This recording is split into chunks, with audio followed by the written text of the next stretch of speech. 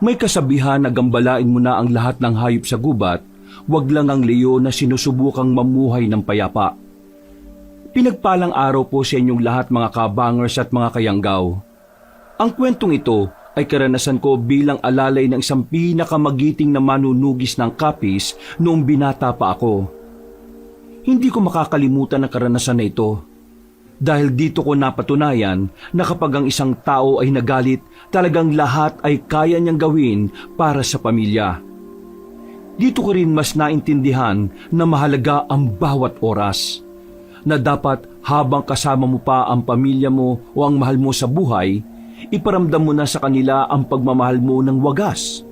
Dahil hindi natin alam kung kailan sila babawiin sa atin ng Diyos. Kilalanin niyo na lang po ko bilang si Erwin. Kabanong, mga kabangers at mga kayanggaw, ito ang aking kwento.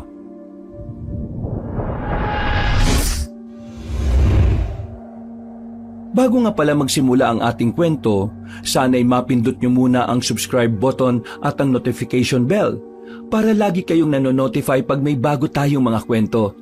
At huwag niyo rin kalilimutan mag-like at comment. Napakalaking tulong po ito sa ating channel para mas makapagatid pa kami sa inyo ng mga magaganda at mga nakakapangilabot na mga kwento. At ngayon, sa ating pagpapatuloy. Ano ba, Erwin? Bilisan mo lakad mo. Bakit, Tiyo? Ano ba nangyayari? Kinakabahan naman ako sa inyo eh. Basta bilisan mo talaga ang lakad mo. May sumusunod sa atin. Ho? Sino? Saan? Wala naman ako makita. Basta meron. Maluwala ka sa akin. Ano ba kasing nangyayari? May nakaway ba kayo rito sa bayan? Wala. Pero masama kutob ko. Kilala mo naman ako kung ano ko noon. Sa dami ng pinatay ko noon, hindi malabong balikan nila ako. Pero ang tagal na nun, Tiyo. 10 taon na nakalilipas. Baka wala na rin yung mga yun. Tsaka inubos mo na sila, di ba? Basta bilisan mo ang lakad mo.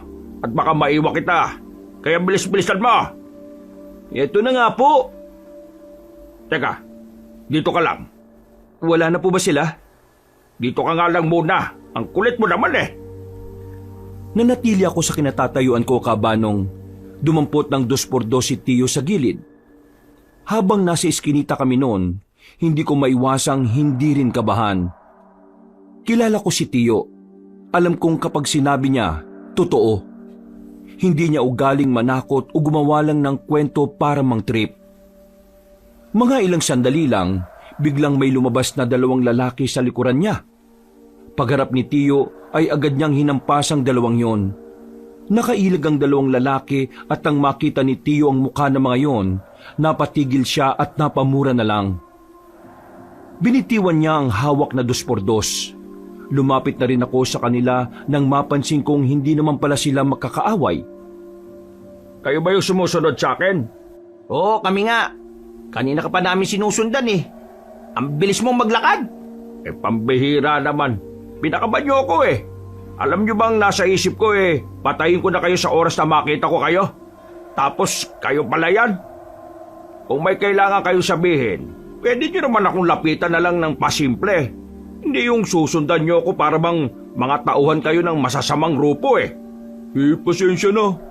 Nag-iingat din kami para sa kaligtasan mo. Kaya hindi kami basta-basta lumalapit sa iyo, Magteban. Tiyo, kilala mo sila? Oo. Etong 2 to eh, estudyante ko dati sa Dimasalang. 10 taon lang itong 2 to nung umalis ako ron. Ngayon eh, malalaking tao na.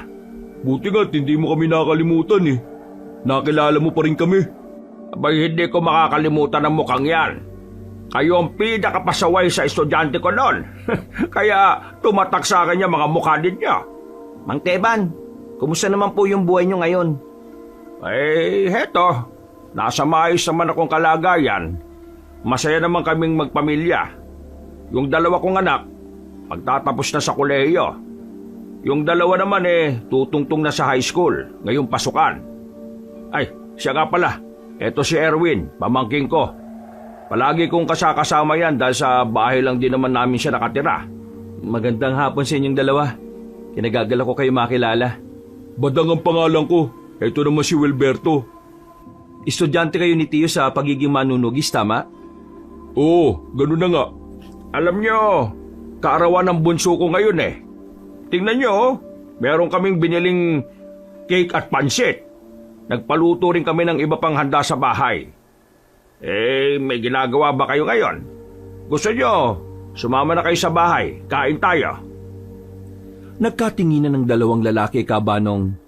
Nawala sa mukha nila ang ngiti na kanina lang ay kitang-kita namin. Nagtaka naman si Tiyo. Bigla ring sumeryoso ang mukha niya dahil sa reaksyon ng dalawa. Oh, bakit? Anong problema? Meron ba? Ang totoo, kaya ka namin sinusundan. Kasi meron kaming mahalagang bagay na gustong sabihin sa iyo eh. Mang Teban, sana bumalik ka na sa samahan. Kailangan ka ng mga bagong henerasyon ng manunugis eh. At yan ang dahilan kung bakit nyo ako sinusundan. Ang pabalikin ako sa trabahong inalisan ko na 10 taon na nakakalipas. Alam kong hindi maganda na ito kagad ang bungad namin sa iyo. Pero ayaw naming magsayang ng oras eh. Bawat minutong lumilipas, nalalagay sa panganib ang samahan. Mas lumalaki ang tsansa na malagay sa peligro ang buhay ng maraming tao. Diretsuhin nyo na nga ako. Ano ba pinagsasasabi nyo? Nakatanggap kami kasi ng report mula sa konseho. May mga namataan na aswang sa South. At hindi lang sila basta mga aswang ha. Nakumpirma ng ibang grupo na ang mga aswang na yun kasama sa naging labanan sa bundok 10 taon ang nakakalipas. Ibig sabihin, hindi nyo naubos yung mga aswang na yun. May ilang nakatakas. At ang mga nakatakas na yon ay may balak na bumalik. Nagahanda na sila, Mang Teban. Aba, imposible yung sinasabi ninyo. Sinigurado namin no na talagang naubos na namin silang lahat eh. Pagkatapos ng labanan sa bundok, sinuyod pa namin yung buong gubat. Ang mga abandonadong baryo, pati na rin yung South, pinuntahan namin. Wala na kami nakita mga aswang eh. Kaya hindi ako maniniwala na meron silang namataan na aswang sa South. Ako mismo magpapatunay na natalo namin silang lahat. Kung sino man yung mga taga-konseho na nagsabi sa inyo, gusto lang nilang pabalikin ako. Wala nang iba pang dahilan. Lihitimo ang impormasyong nakuha namin. Kami mismo. Nakumpirma namin nung nagpunta kami ng South. Pero kami nakita mga bakas ng aswang. Nakita nyo ng pisikal na may nabubuhay pang aswang? Hindi. Pero may mga palatandaan kami at mga bakas sa kanila. Hanggat hindi kayo nakakapagbigay sa akin ng matibay na ebidensya na meron pang aswang, hindi ako maniniwala. Pasensya na ha. Pero sinayang nyo lang yung oras nyo. Hindi na ako babalik sa samahan. Kaya ako nga sila inubos nun eh. Kasi gusto ko na pagkatapos maituon ko na ang buhay ko sa pamilya ko. Ngayon, masaya na ako. Namumuhay kami ng tahimik. Nasusubaybayan ko lahat ng magagandang pangyayari sa buhay ng mga anak ko. Kaya hindi na ako babalik sa trabaho na iniwan ko matagal na. Pero Mang Teban, wala kaming pinuno. Wala kaming sinusundan. Wala kaming gabay. Ikaw lang yun kung sakaling babalik ka. Kailangan ka namin, hindi nyo ako naiintindihan dahil mga bagito pa kayo. Kapag matagal na kayo sa ganyang trabaho at nagawa nyo na lahat ng dapat, darating kayo sa punto na gugustuhin nyo lang na mamahinga sa katahimikan kasama mga mahal ninyo sa buhay. Sa ngayon hindi nyo pa yan mararamdaman. Kasi masaya pa kayo sa ginagawa nyo eh. Hindi ka ba naging masaya sa ginagawa mo noon? Naging masaya ba ako noon? Abay oo naman. Pero ang makitang unti-unting nalalaga sa mga taong itinuring ko na ring pamilya, ang makitang isa-isa silang namamatay dahil sa mga aswang na yon, pinakamasakit sa akin yon. Kaya ngayon, ayoko nang bumalik. Payapa na ang probinsya, payapa na ang Capiz, wala nang mga aswang. Gawa-gawa lang ng konseho mga nakarating sa inyo. Yung mga palatandaan, yung mga bakas, matagal nang nandun yun. Pero yung mga gumawa ng bakas, wala na sila. Paano kung totoong may nabubuhay pang aswang? Paano kung bigla silang umatake? Hayaan mo na lang ba na may masaktan at mamatay? Tapos ikaw, masaya na sa buhay kapiling ng pamilya mo? Oy, Brad. Hindi ko na gusto yung sinasabi mo Magdahan-dahan ka sa mga salita mo. Nagsasabi lang naman ako ng pwedeng mangyari. Pero pasimple mong sinisisi si Tito sa pagkakaroon niya ng tahimik na buhay Kung sakali mang mangyari ang sinasabi mo, wala na siyang kasalanan dyan. Kasalanan nyo na yan. Kasi kayo nang in charge dyan At hindi na si Tio na wala na sa serbisyo. Brad, hindi mo naintindihan Sa larangan namin, tungkulin muna bago ang iba. Wala na nga sa tungkulin si Tio. Ano bang hindi nyo maintindihan doon? Kaya nga kinakausap namin siya para bumalik siya kasi kailangan siya. Ayaw nga Mahirap bang intindihin kapag ayaw? Pag ayaw, ayaw na. Alam nyo, kahit 10 taon na kayo sa samahan, mga bago pa rin kayo sa paningin ko. Hindi nyo pa naranasan na talagang humarap at makipaglaban sa mga aswang. Kapag naranasan nyo na ang naranasan ko, baka doon nyo palang maintindihan tama lang pala na pangarapin kong mabuhay na lang ng tahimik. Kapag naranasan yung mamatayan ng paulit-ulit, baka doon nyo palang malaman na mahalaga ang oras nyo sa pamilya nyo. Ulitin ko ayoko nang bumalik sa serbisyo.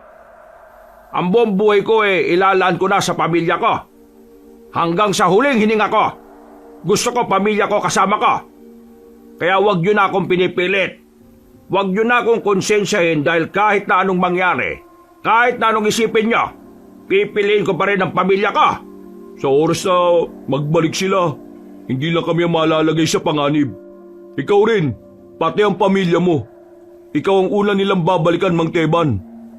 Kaya sana, handa ka sa araw na yon. Nagbabanta ba kayo sa Tio ko? Hindi ako nagbabanta, Brad. Ito mga sinasabi namin, paalala at warning lang. Sana, makatulong itong mga sinabi namin para maging handa kayo sa maaaring maging epekto ng pagbabaliwala nyo sa mga aswang. Kung sakali magbago ang isip mo, Mang Teban, eto, tawagan mo lang kami sa numerong yan. At pasensya na rin kung may pangit ako nasabi. Ikaw pa rin ang idol namin, kaya mataas ang respeto namin sa'yo. Sige na, umuwi na kayo. Uuwi na rin kami dahil kaarawan ng bunso ko ngayon. Ayaw ko masira ang araw na ito dahil mahalaga ito sa anak ko. Maraming salamat po sa oras niyo, Mang Teban. Napailing na lang si Tio at naglakad na rin kami paalis. Ramdam ko ang inis ni Tio base sa pagkakaigpit ng yakap niya sa bilao. Nang makarating na kami sa sakayan, doon pa lang ako nagkaroon ng pagkakataon na kausapin si Tio. Tingin mo, Tio, gumagawa lang kaya sila ng kwento para pabalikin ka? Hindi sila. Yung konseho ng mga manunugis. Mahilig silang gumawa ng problema kahit wala naman talagang problema. Ginagawa nila yun para pabalikin ako. Ilang beses na nilang ginawa yun Kala siguro nila maliniwala ako. Pero ngayon, iba na yung galaw nila. Ginamit na nila yung 2 kong paboritong estudyante noon. Grabe pala mga yan no? Wala silang respeto sa buhay ng ibang tao. Basta lang masunod yung gusto nila. Hindi naman ako babalik kahit na anong gawin nila Masaya na ako sa buhay ko ngayon. Isa pa, nangako ko sa mga anak ko at sa asawa ko na kahit na anong mangyari, sasamahan ko sila. Huminga ng malalim si Tio. Ramdam ko ang stress niya noong mga oras na yon.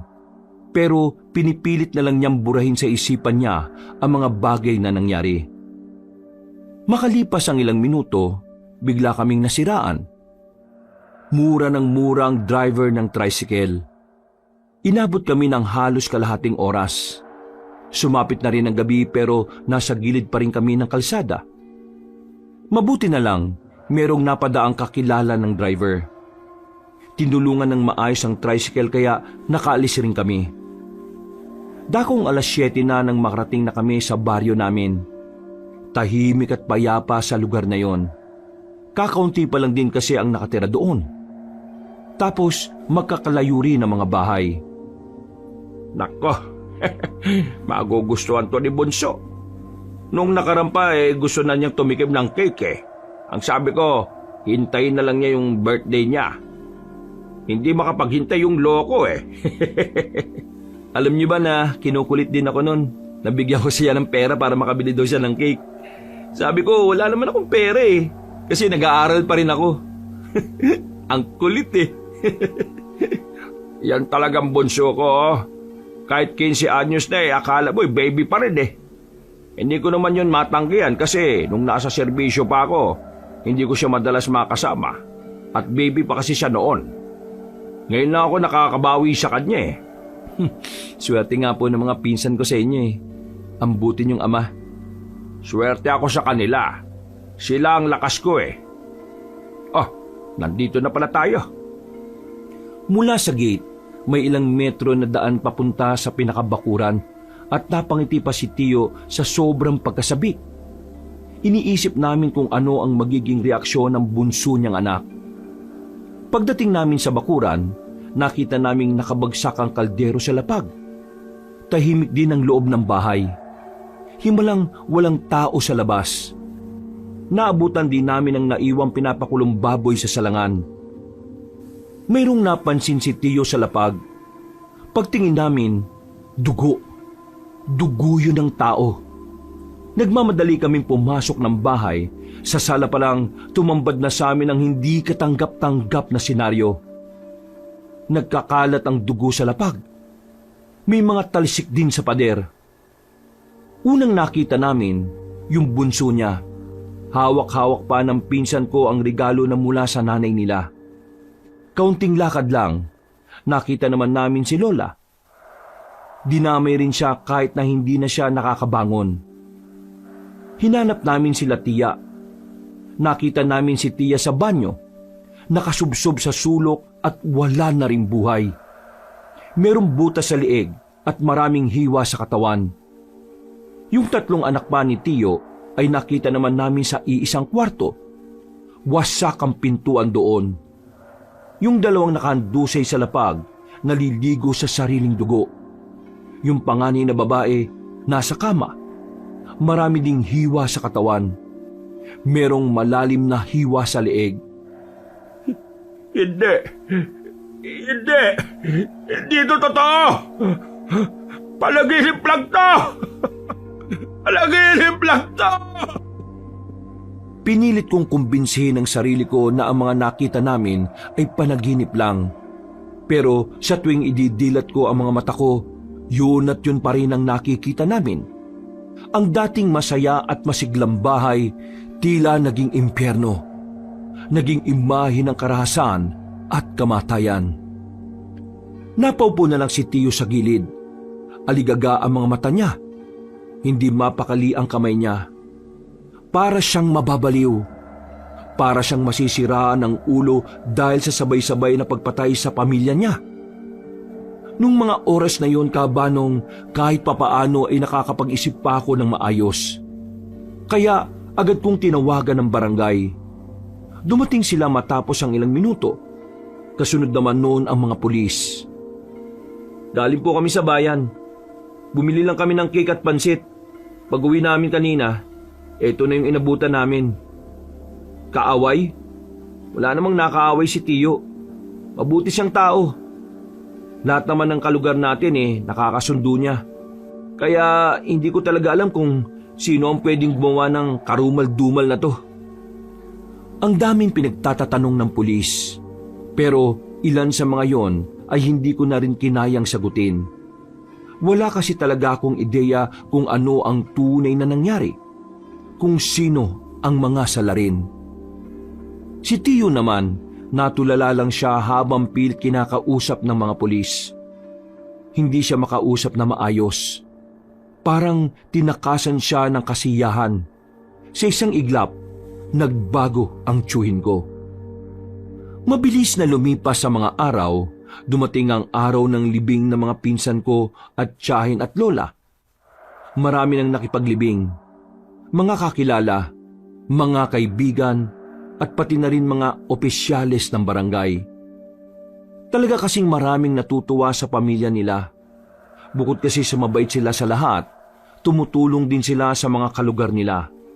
At kahit ako, saksi ako noon. Tio, babagsak na ang ulan. Kailangan na nating umuwi. Hindi nagsalita si Tiyo. Wala siyang kahit kaunting tugon sa akin. Nakatingin lang siya sa libingan ng mga anak at asawa niya matapos siyang sementuhin. Tinapi ko na lang siya sa balikat. Hinayaan ko na lang muna siyang lubusin ang oras niya at nauna na muna ako sa bungad ng sementeryo. Maya-maya pa, bumagsak na ang malakas na ulan. Agad naman akong sumilong sa puno ng mangga. Habang ang tiyuhin ko, nanatiling nakatayo lang doon. Wala siyang pakialam kung nauulanan na siya. Parang hindi niya rin nararamdaman ang lamig ng panahon. Ilang beses ko na siyang binalikan, pero hindi siya sumasagot. Kahit paglingon sa akin ay hindi rin niya ginagawa. Awang-awa ko sa kanya noon, Kabanong. Pero hindi ko rin alam kung ano ang gagawin ko para gumaan ang pakiramdam niya. Makalipas ang 1 linggo, nagagawa ko ng kausapin si Tiyo, pero hindi naggaya ng dati. Matipid na siyang magsalita at para bang palaging walang gana. Ang laki rin ng pinagbago ng bahay noon. 6:00 pa lang ng umaga ay maingay na sa loob. Pero mula nang mamatay si Tia, kahit 3:00 na ng hapon ay parang madaling araw pa rin sa sobrang tahimik. Kakatono ko lang yan nung nakaraang araw. Nawala na naman pala ulit sa tono. Maluwag na yata yung pinakakabitan ng string, Tiyo eh. Siguro. O sige na, umuwi ka na muna sa inyo. Ho? Teka, bakit naman ako uuwi sa amin, Tiyo? Ayaw mo na ba ako nandito? May kailangan lang akong gawin. Kailangan gawin? E di, sama ako dyan. Hindi ka pwede, kaya umuwi ka muna sa inyo. Mas makabubuti yon. Ho? Bakit naman? Huwag niyong sabihing... teka, babalik ka na ba sa pagiging manunugis? Kaya ba nakita kita nung nakaraan na nililinis mo yung mga gamit mo? Hindi nagsalita si Tiyo, Kabanong. Nakatingin lang siya sa malayo. Walang ngiti. Walang kahit na anong emosyon. Pero kahit na ganon, ramdam ko sa kanya ang matinding pangungulila. Nararamdaman ko sa kanya ang kalungkutan. Mamaya alis na ako. Bukas ang balik ko. Kapag nakita pa kita rito sa bahay na ito, ihahatid na kita sa inyo. Ang gara niyo naman, Tiyo. Akala ko ba magkasama tayo sa kahit saan? Bakit parang tinataboy mo na ako? Mas maganda nang itaboy kita, kesa naman mapahama ka pa. Handa naman ako matuto para... Pwede bang makinig ka muna sa akin, Erwin? Bakit mantigas ng ulo mo? Ano bang mahirap intindihin doon? Hindi ko kasi maintindihan kung bakit binali mo yung pangako mo sa pamilya mo na kahit na kailan, hindi ka na babalik doon. Kailangan kong bigyan ng hustisya ang kamatayan nila. Hindi mo ako maintindihan. Tingin nyo, magiging masaya sila sa gagawin nyo? Paano kung ikaw naman ang mawala? Tapos ngayon, ayaw mo pa akong isama? Ayaw kitang isama dahil ikaw na lang ang meron ako, Erwin. Ikaw na lang ang pamilya ko. Kapag pati ikaw ay napahamak, mas lalong hindi ko mapapatawad ang sarili ko. Baka ikabaliw ko na kapag pati ikaw ay mawala sa akin. Kaya sana maintindihan mo ko. Hayaan mo kong gawin ito dahil ito na lang ang nakakapagpagaan sa kalooban ko. Napasandal na lang ako sa dingding at napabuntong hininga, Kabanong. Naintindihan ko naman si Tiyo. Alam ko na hindi madaling tanggapin ang lahat ng nangyari, lalo na't biglaan lang ang pagkawala nila. Ibig ba nitong sabihin, tama yung 2 estudyante mo? Nagbabalik na ang mga aswang? May pagkakamali akong ginawa noon. Kung alam ko lang na demonyo siya, tinapos ko na siya noon pa. Sinong siya? Nung natalo namin ang mga aswang sa south at sa bundok, may isang bata akong pinatakas. Aswang siya.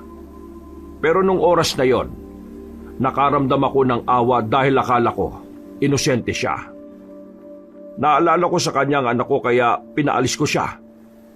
Nangako siya sa akin na hindi niya tatahakin ng landas ng mga kalahi niya. Yun ang malaking pagkakamali na nagawa ko. Masyado akong nagpadala sa awat na niwala kong hindi masama ang batang babae na yon. At sa 10 taon, nakabuo na siya ulit ng grupo at sila ang sala rin ng mga nangyari. Malakas ang kutob ko na mga aswang ang pumatay sa pamilya ko. Amoy na amoy ko ang iniwan nilang baho dito sa bahay nung dumating tayo. Kaya Erwin, umuwi ka na sa inyo. Magiging madugo itong gagawin ko. Hindi ko na siya kinontra, Kabanong. Naisip ko rin kasi na talagang delikado rin ang buhay ko. Kung hindi nga lang siguro ako kasama ni Tiyo nung gabing namatay sila Tia, baka nakasama rin ako sa mga namatay. Kinikilabutan ako kapag naiisip ko kung gaano kabangi sa mga aswang. Hindi ko maiwasang hindi mangamba, pero sa kabilang banda naman ay nababahala rin ako sa kaligtasan ng tiyuhin ko. Matanda na siya. Hindi na siya gaya ng dati 10 taon nang nakalilipas. Alis na ako. Isarado mo lahat ng bintana. Ikandado mo para sigurado itong pintuan. Harangan mo ng lamesa sa loob. Yung naran na lamesa ang iharang mo para mabigat. Bukas na ako makakauwi bandang tanghali. Pag-uwi ko, sana nakaalis ka na. Erwin, hindi sa ayaw na kitang makasama. Ayaw lang kitang madamay sa panganib na papasukin ko. Naintindihan ko na, Tiyo. Pero nag-aalala ako sa inyo eh. Bakit? Hindi ba matanda na ako? Hindi mo kailangan mag-alala. Mabangis pa rin ako. Oh, tumawa ka na rin. O siya, sige na. Aalis na ako. Mag-iingat ka rito, ha? Tinapik na niya ako sa balikat. Naglakad na rin siya palayo, dala-dala ang kanyang maalamat na katana. Pati na rin ang kanyang 45 baril. Ayon sa kanya, ang 2 kagamitan na yun ang pumatay ng maraming aswang noong araw. Mag-isa ako sa bahay, pero wala namang nangyaring masama sa akin. Kinabukasan, naganda na rin ako sa pag-alis ko. Nag-iwan na lang ako ng sulat sa bahay dahil hindi na magpapang-abot ang oras namin. Nang nasa bayan na ako, medyo nahirapan akong sumakay. Marami kasing mga tao nung araw na yon, pero mas konti naman ang mga jeep na dumaraan. Naisipan ko na munang kumain sa kabilang kalsada. Pagpasok ko sa karinderya, nakita ko si Wilberto at Badang na kumakain. Napatingin din sila sa akin. Oh, Darwin! Pamangkin ni Mang Teban, tama? Oh, pamangkin ni Mang Teban. Tama ho yun. Pero yung Darwin, mali. Erwin kasi, Brad. Erwin. Ah, Erwin pala. O, ano ginagawa mo rito? Kakain ho sana. Nagugutom ako eh. Ayos din pala itong pamangkin ng idol natin no? Yung tanong mo kasi pangtanga eh. Tanungin mo anong gagawin niya rito. Malamang kakain. Alam nga namang maligo yan dito kainan to. Erwin, dito ka na lang din umupo. Sabayan mo kami. Sige. Ay, siya nga pala. Kumusta na tiyuhin mo? Hindi ba nakaabot sa inyo yung balita? Akala ko, pinuntahan niya kayo eh. Pinuntahan? Yung pag-uusap namin, di ba ayaw niya? Teka sandali. Ano ba yung balita? Hindi okay ngayon si Tiyo. Bakit? Anong nangyari kay Idol? Wala na yung pamilya niya. Ha? Teka. Seryoso ka ba? Bakit? Anong nangyari? Nung hapon na nakausap niyo kami rito sa bayan, yun din yung araw na pinatay at minasakir ang pamilya niya. Pag-uwi namin sa bahay, patay yung 4 niyang anak eh. Pati asawa. Idinamay rin si Lola na hindi na nakabangon. Ba't tarantado gumawa niyan Napakagago Sinong tao gagawa ng kahayupan na yan? Hindi tao, aswang. Nang sabihin ko sa kanila yon, ay napaayos sila ng upo. Nakakatinginan silang dalawa. Bakas ang kaba sa kanilang muka. Totoo sinasabi nyo, nagbabalik na sila at ginantian na nila si Tiyo. Ngayon, balak ni Tiyo na patayin lahat ng aswang. Ang akala ko, magbabalik na siya sa serbisyo. Pero sa tingin ko, mag-isa niyang tatrabahuin yon. Pambira. Grabe nangyari kay Mang Teban. Nasaan ang tiyuhin mo? Sasamahan namin siya. Papatayin namin yung mga aswang. Gusto niyang mapag-isa eh. Kahit ako, pinagbawalan niyang sumama. Pauwi nga ako ngayon dun sa lugar namin. Ayaw niya rin kasi ako madamay. Hindi pwedeng lumakad ang mag-isa tiyuhin mo. 10 taon nang nakalipas mula nang magretiro siya. Hindi na niya kabisado ang mga aswang. Marami na siyang hindi nalalaman sa pagbabago ng henerasyon ng mga nilalang na yun. Kaya kailangan niya kami. Mapapahamak ang tiyuhin mo sa mga bagong taktika ng mga aswang. Mga taktika na hindi na niya alam. Dahil sa mga sinabi ni Wilberto at Badang, napaisip ako ng malala, Kabanong. Mas lalo kong nabahala para sa kapakanan ng tiyuhin ko. May punto naman din sila. Masyado nang nahuli si Tiyo sa mga makabagong pamamaraan ng mga aswang. Kaya naman, hindi ako tumuloy sa pag-uwi sa amin. Kasama ko silang dalawang bumiyahe pabalik sa bahay ni Tiyo. Pagdating namin doon, inabutan namin si Tiyo na naglilinis ng iba pa niyang sandata. Pero napatigil siya nang makita kaming bumaba ng tricycle. Hindi pa kami nakakalapit, salubong na ang kilay niya. Erwin, ano katarantaduhan to? Bakit nandito yung dalawang yan? Aksidenteng nakita kaming tatlo sa karinderya sa bayan. Nasabi ko sa kanila yung gagawin mo. Pasensya na ho, Tiyo. Mang Teban, sasamahan ka namin sa laban mo. Hindi! Muwi na kayo! Pakinggan niyo muna kami, Idol. Pinag-aralan na ng konseho mga galaw ng mga aswang. Kung hayaan mo kaming tumulong, malaki may tutulong na mga impormasyon na pwede naming makuha sa konseho. Mang Teban, ang mga aswang ngayon hindi na gaya ng aswang 10 taon na nakalipas. Iba na sila. Mas matalino na sila ngayon, hindi gaya noon. Sinasabi mo bang mga inutil ang mga aswang noon? Kaya sila natalo. At dahil matatalino na sila ngayon hindi ko na sila kakayanin? Hindi naman sa ganun.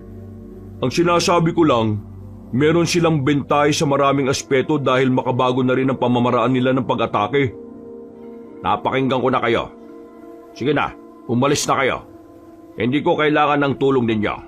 Ikaw, Erwin, umalis ka na rin at huwag ka nang babalik dito kahit na kailan. Naintindihan mo ako? Tiyo, may punto naman silang dalawa eh. Bakit ba ayaw niyong tanggapin yung tulong nila? Labang ko tong mag-isa. Walang pwedeng makialam. Personal ito. Personal! Hindi niyo ako maintindihan Maliban na lang kung papatayin din ng aswang ang mga pamilya ninyo. Kaya bago pa ako magalit ng tuluyan, umalis na kayo rito! Alis! Napapailing na lamang kami, Kabanong. Wala kaming nagawa kundi ang sundin ang sinabi niya. Lumabas na lang kami ng bakuran at naglakad palabas ng gate. Sabi ko na sa inyo intindi na lang natin. Hindi rin naman kasi madaling tanggapin ang nangyari. Para sa akin, normal lang yung nagiging reaksyon at ugali niya ngayon. Mabuti pa palipasin na muna natin. Hindi natin to pwedeng palipasin. Habang lumilipas sa mga araw, mas lalong malalagay sa panganib ang buhay niya. Malakas ang loob ng mga aswang. Parang alam na nila na wala na sasamahan si Mang Teban kaya hindi sila natatakot. Hindi na namin pinilit pa ang gusto namin. Umalis na kami roon. Dahil hindi ko pa gustong umuwi sa amin, makikitira muna ako sa kanilang dalawa. Total, magkasama naman daw sila sa iisang bahay. Ilang minuto lang ang nakalipas, nakabalik na kami sa bayan. Maayos at maganda naman ang bahay na tinitirhan ng dalawa. Kaya palagay ko, magiging komportable naman ako ron. Pasensya ka na Ito lang bahay namin. Ang ganda nga Babalikan natin si Mang Teban bukas. Kailangan natin siyang makausap ulit. Hindi ba dapat palamigin muna natin yung ulo niya? Wala na tayong dapat sayangin na oras. Hindi natin alam ang binabalak ng mga aswang Tahimik ng gabing yon. Habang nakahiga ko at nakatingin sa kisame, hindi mawala-wala sa isipan ko si Tiyo Teban. Kahit alam ko naman kung gaano siya kahusay na manunugis noon. Hindi ko pa rin maiwasan na hindi mag-alala para sa kapakanan niya.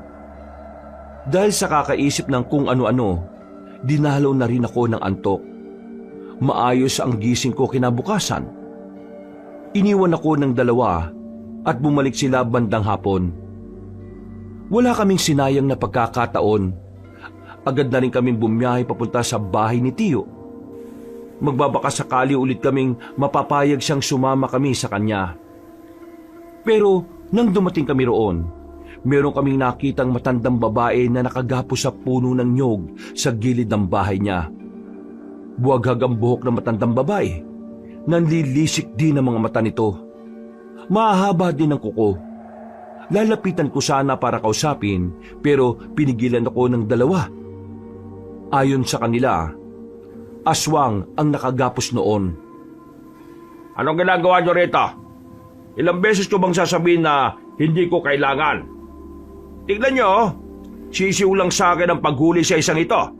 Patunay lang yan na kaya ko pa rin gumalaw kahit wala akong kasama. Tiyo, saan mo kinuha yan? Hindi na mahalaga yon. Ang mahalaga, nandito siya at pipigain ko siya. Ano? Di ba kaya alis? Anong gusto niyo makita? Kung paano ko pagsasalitain ng matandang ito? Kinuha ni Tiyo ang tubo sa silong ng bahay. Lumapit ito sa matandang babae at tinukoy ang dulo ng tubo sa ulo nito. Umangil naman ang aswang na yon. Galit na galit. Naglalaway at lumalabas pa ang mahaba at matulis nitong dila. Tanda, sabihin mo sa akin kung nasaan ang iba mong mga kasama. Kung hindi ka magsasalita, pahihirapan lang kita. Wala akong alam sa sinasabi mo. Wala akong kasama. Mag-isa lang ako namumuhay sa gubat. Wala akong kakilala. Hoy, tanda, hindi ako pinanganak kahapon. Para sabihin ko sa iyo, marami na akong pinatay na aswang noon. Kaya hindi na bago sa akin yung mga pinagsasasabi mo. Kung hindi ka magsasabi kung nasaan sila, pahihirapan kita. Kaya ngayon, tatanungin ulit kita. Nasaan ang iba mong mga kasama? Bakit ba ang kulit-kulit mo? Wala nga akong kasama. Ano naman kung marami ka nang napatay na aswang? Anong mapapala mo sa akin wala nga akong alam. Wala kang alam ano yung mga nakita ko sa loob ng bahay mo? May mga larawan kayo. At nandun sa larawan na yon, ang mukha ng batang babae na pinatakas ko noon. Hindi mo ako maloloko. Magsasalita ka o ipatitikim ko sa iyo itong hawak ko. Bahala ka sa buhay mo. Wala akong sasabihin kasi wala akong alam. Ganun ba? Hindi nagdalawang isip si Tiyo. Hinataw niya ng malakas sa matandang babae ng tubo sa muka. Sa lakas ng pagkakapalo niya ay agad na dumugo ang bibig na matanda. Hindi pa nakontento si Tiyo. Nakailang ulit niya pang hinataw ang mukha nito pero hindi pa rin nagsasalita ang matandang aswang. Ngayon, sabihin mo sa akin, nasaan ang iba mong mga kasama? Wala akong kasama. Wala. Wala. Sige, tingnan natin. Subukan naman natin tong isang pamalo. Kinuha naman ni Tiyo ang maso. Pinalo niya ang tuhod ng aswang. Napaangil ng malakas sa matandang babae at pilit kumakawala sa pagkakagapos pero hindi to nagtagumpay. Tiyo, mukhang wala ka namang mapapala dyan Bakit? Naawa ka ba sa aswang na ito? Kulang pa ito sa ginawa nila sa pamilya ko. Biglang pinalo ulit ni Tiyo ang aswang na yon sa kabilang tuhod. Pero tikom pa rin ang bibig ng aswang.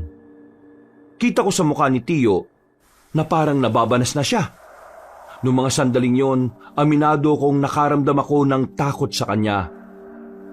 Kahit yung dalawang kasama ko, nakilala rin siya, ay hindi rin makapaniwala sa nakikita nila. Ang sabi kasi nila, hindi naman daw brutal si Tiyo noon. Pero hindi ko rin naman masisisi si Tiyo kung maging ganon ang trato niya sa aswang. Ang nilalang na yon ang dahilan kung bakit namatay ang pinakamamahal niyang pamilya. Mukhang hindi na kita mapapakinabangan, tanda. Kaya tingin ko dapat na kitang tapusin ngayon. Patayin mo na lang ako kasi wala kang mapapala sa akin. Kayong dalawa, di ba gusto niyong makatulong? Oo, anong may tutulong namin? Kalagan niyo itong aswang na ito. Kalad ka rin niyo papunta sa tulay. Mahihiramin lang ako sa kumpare ko sa kabilang sityo. Tiyo, ano bang gagawin nyo? Hindi na nagsalita si Tiyo at agad na ring lumabas ng bakuran kabanong. Si Badang at Wilberto naman ay sinunod ang utos niya. Tinanggal nila ang pagkakagapos ng matandang aswang. Hinang-hina na yon, kaya hindi na rin makakatakas kung sakali mang tangkain ito. Nang nasa tulay na kami, nakita na lang namin na meron ng paparating na truck. Papunta yon sa amin. Mabilis ang takbo, kaya ang tangi naming nagawa ay gumilid na lang. Nasagasaan ng aswang. Tumilapon at nagkanda bali-bali ang katawan. Bumaba sa truck si Tiyo. Nilapitan niya ang aswang para siguraduhin patay na ito. Nang mapansin niyang buhay pa rin, itinarak na niya ang dala niyang katana. Nawindang ako sa ginawa ni Tiyo. Hindi agad ako nakapagsalita. Buong akala namin ay ibang tao ang nakabangga sa aswang. Sinadya pala talaga ni Tiyo yun para mas maging masaklap ang kamatayan ng aswang. Ang Teban, wala na yan. Hindi na yan nakahinga. Loyal talaga to sa samahan nila. Kahit na anong paghihirap ang ipinarana sa kanya, hindi siya nagsalita eh. Sige na, umalis na kayo. Bumalik na sa truck si Tiyo. Kami naman ay bumalik na rin sa bahay niya. Doon namin siya kinausap ulit, pero kahit na anong pakiusap namin sa kanya, hindi niya kami pinapayagan. Talagang nanindigan siyang hindi niya kami kailangan. Naiintindihan namin na personal ang dahilan mo, kaya gusto mong gumanti sa mga aswang. Pero sana, isipin mo rin na hindi basta-basta ang makakalaban mo. Kaya nga kami narito para tulungan ka eh. Hindi ka ba nakakaintindi? Pagiging matipid ba ang natutunan nyo? Nung hindi na ako ang naging guru ninyo? Pagiging makitid? Hindi naman pagiging makitid ang pagnanais na makatulong sa dating kasamaan ah. Ikaw ang makitid mag-isip dahil masyado kang emosyonal. Kaya minamasama mo mga nagmamalasakit sa'yo. Ano sinabi mo? Hindi ganyan ang Teban na kilala namin. Hindi ka brutal na tao. Yung Teban na kilala nyo ay matagal nang natapos. Ibang Teban na ang kaharap nyo ngayon. At ang bagong Teban ngayon ay wala nang alam sa bagong henerasyon ng mga aswang. Kaya dapat matuto kang humingi ng tulong. Sino ka ba sa kala mo? Para diktada ka. Bagito pa lang kayo. Tama na yan, Brad. Hayaan mo na siya kung ayaw niya. Hindi pwede. Mapapahamak siya kung wala tayong gagawin. Mapapahamak? Minamalit mo ba ako? Tiyo, kalma lang. Hindi naman ganyan na ugali mo eh. Ano bang nangyari sa'yo? Huwag niyo lang akong pakialaman para wala na tayong problema. Papatayin ko ang mga aswang na yon sa paraan na alam ko. Kaya ang gawin nyo, umalis na kayo dahil nakakaabala kayo sa mga gusto kong gawin. Wala kayong magagawa. Marami pa kayong kakainin bigas bago nyo ako mahigitan. Bakit? Ano bang tingin mo sa amin? Mga batang kulang sa kaalaman at karahasan. Kung yan ang tingin mo sa amin, sige, bahala ka sa buhay mo. Kapag napahama ka, sana wala kang sisisihin kundi sarili mo lang ha. Alberto, tara na. Huwag na natin pagsayangan ng oras ang matandang ito. Magaling at perpekto naman yata yung nung ininom niya yung reseta ng gamot na binigay sa kanya ng doktor niya. Alberto, tara na. Huwag na natin pagsayangan ng oras ang matandang to. Magaling at perpekto naman yata siya eh. Kaya na niya sarili niya. Tinakip na lang ako ni Wilberto sa balikat at naglakad na rin sila paalis. Naiwan ako sa harapan ng tiyuhin ko. Tumingin siya sa akin na masama. Kinabahan ako pero nagdesisyon akong samahan siya. Ano ba ginagawa niyo dyan? Sumunod na kayo ron sa dalawa. Hindi, dito lang ako. Isa ka rin eh. Hindi ka rin makaintindi. Umalis ka na nga para matahimik na ang buhay ka. Kahit naiwan kita rito, hindi naman magiging tahimik ang buhay mo eh. Alam mo kung bakit? Kasi puro potyang nandyan sa puso mo. Nagulat ako nang bigla kong hawakan ni Tiyo sa kwelyo. Tinulak niya ako padikit sa pader. Galit na galit ang tingin niya sa akin.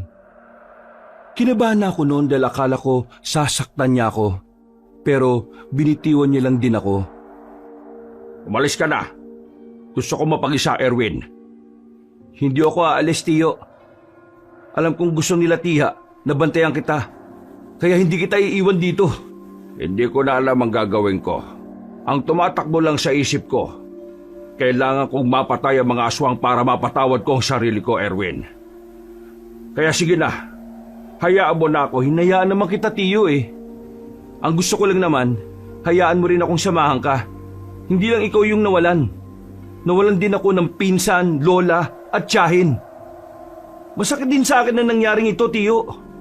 Sobrang sakit din. Tuwing gabi, palagi kong naalala yung itsura nila nung datnan natin sila rito.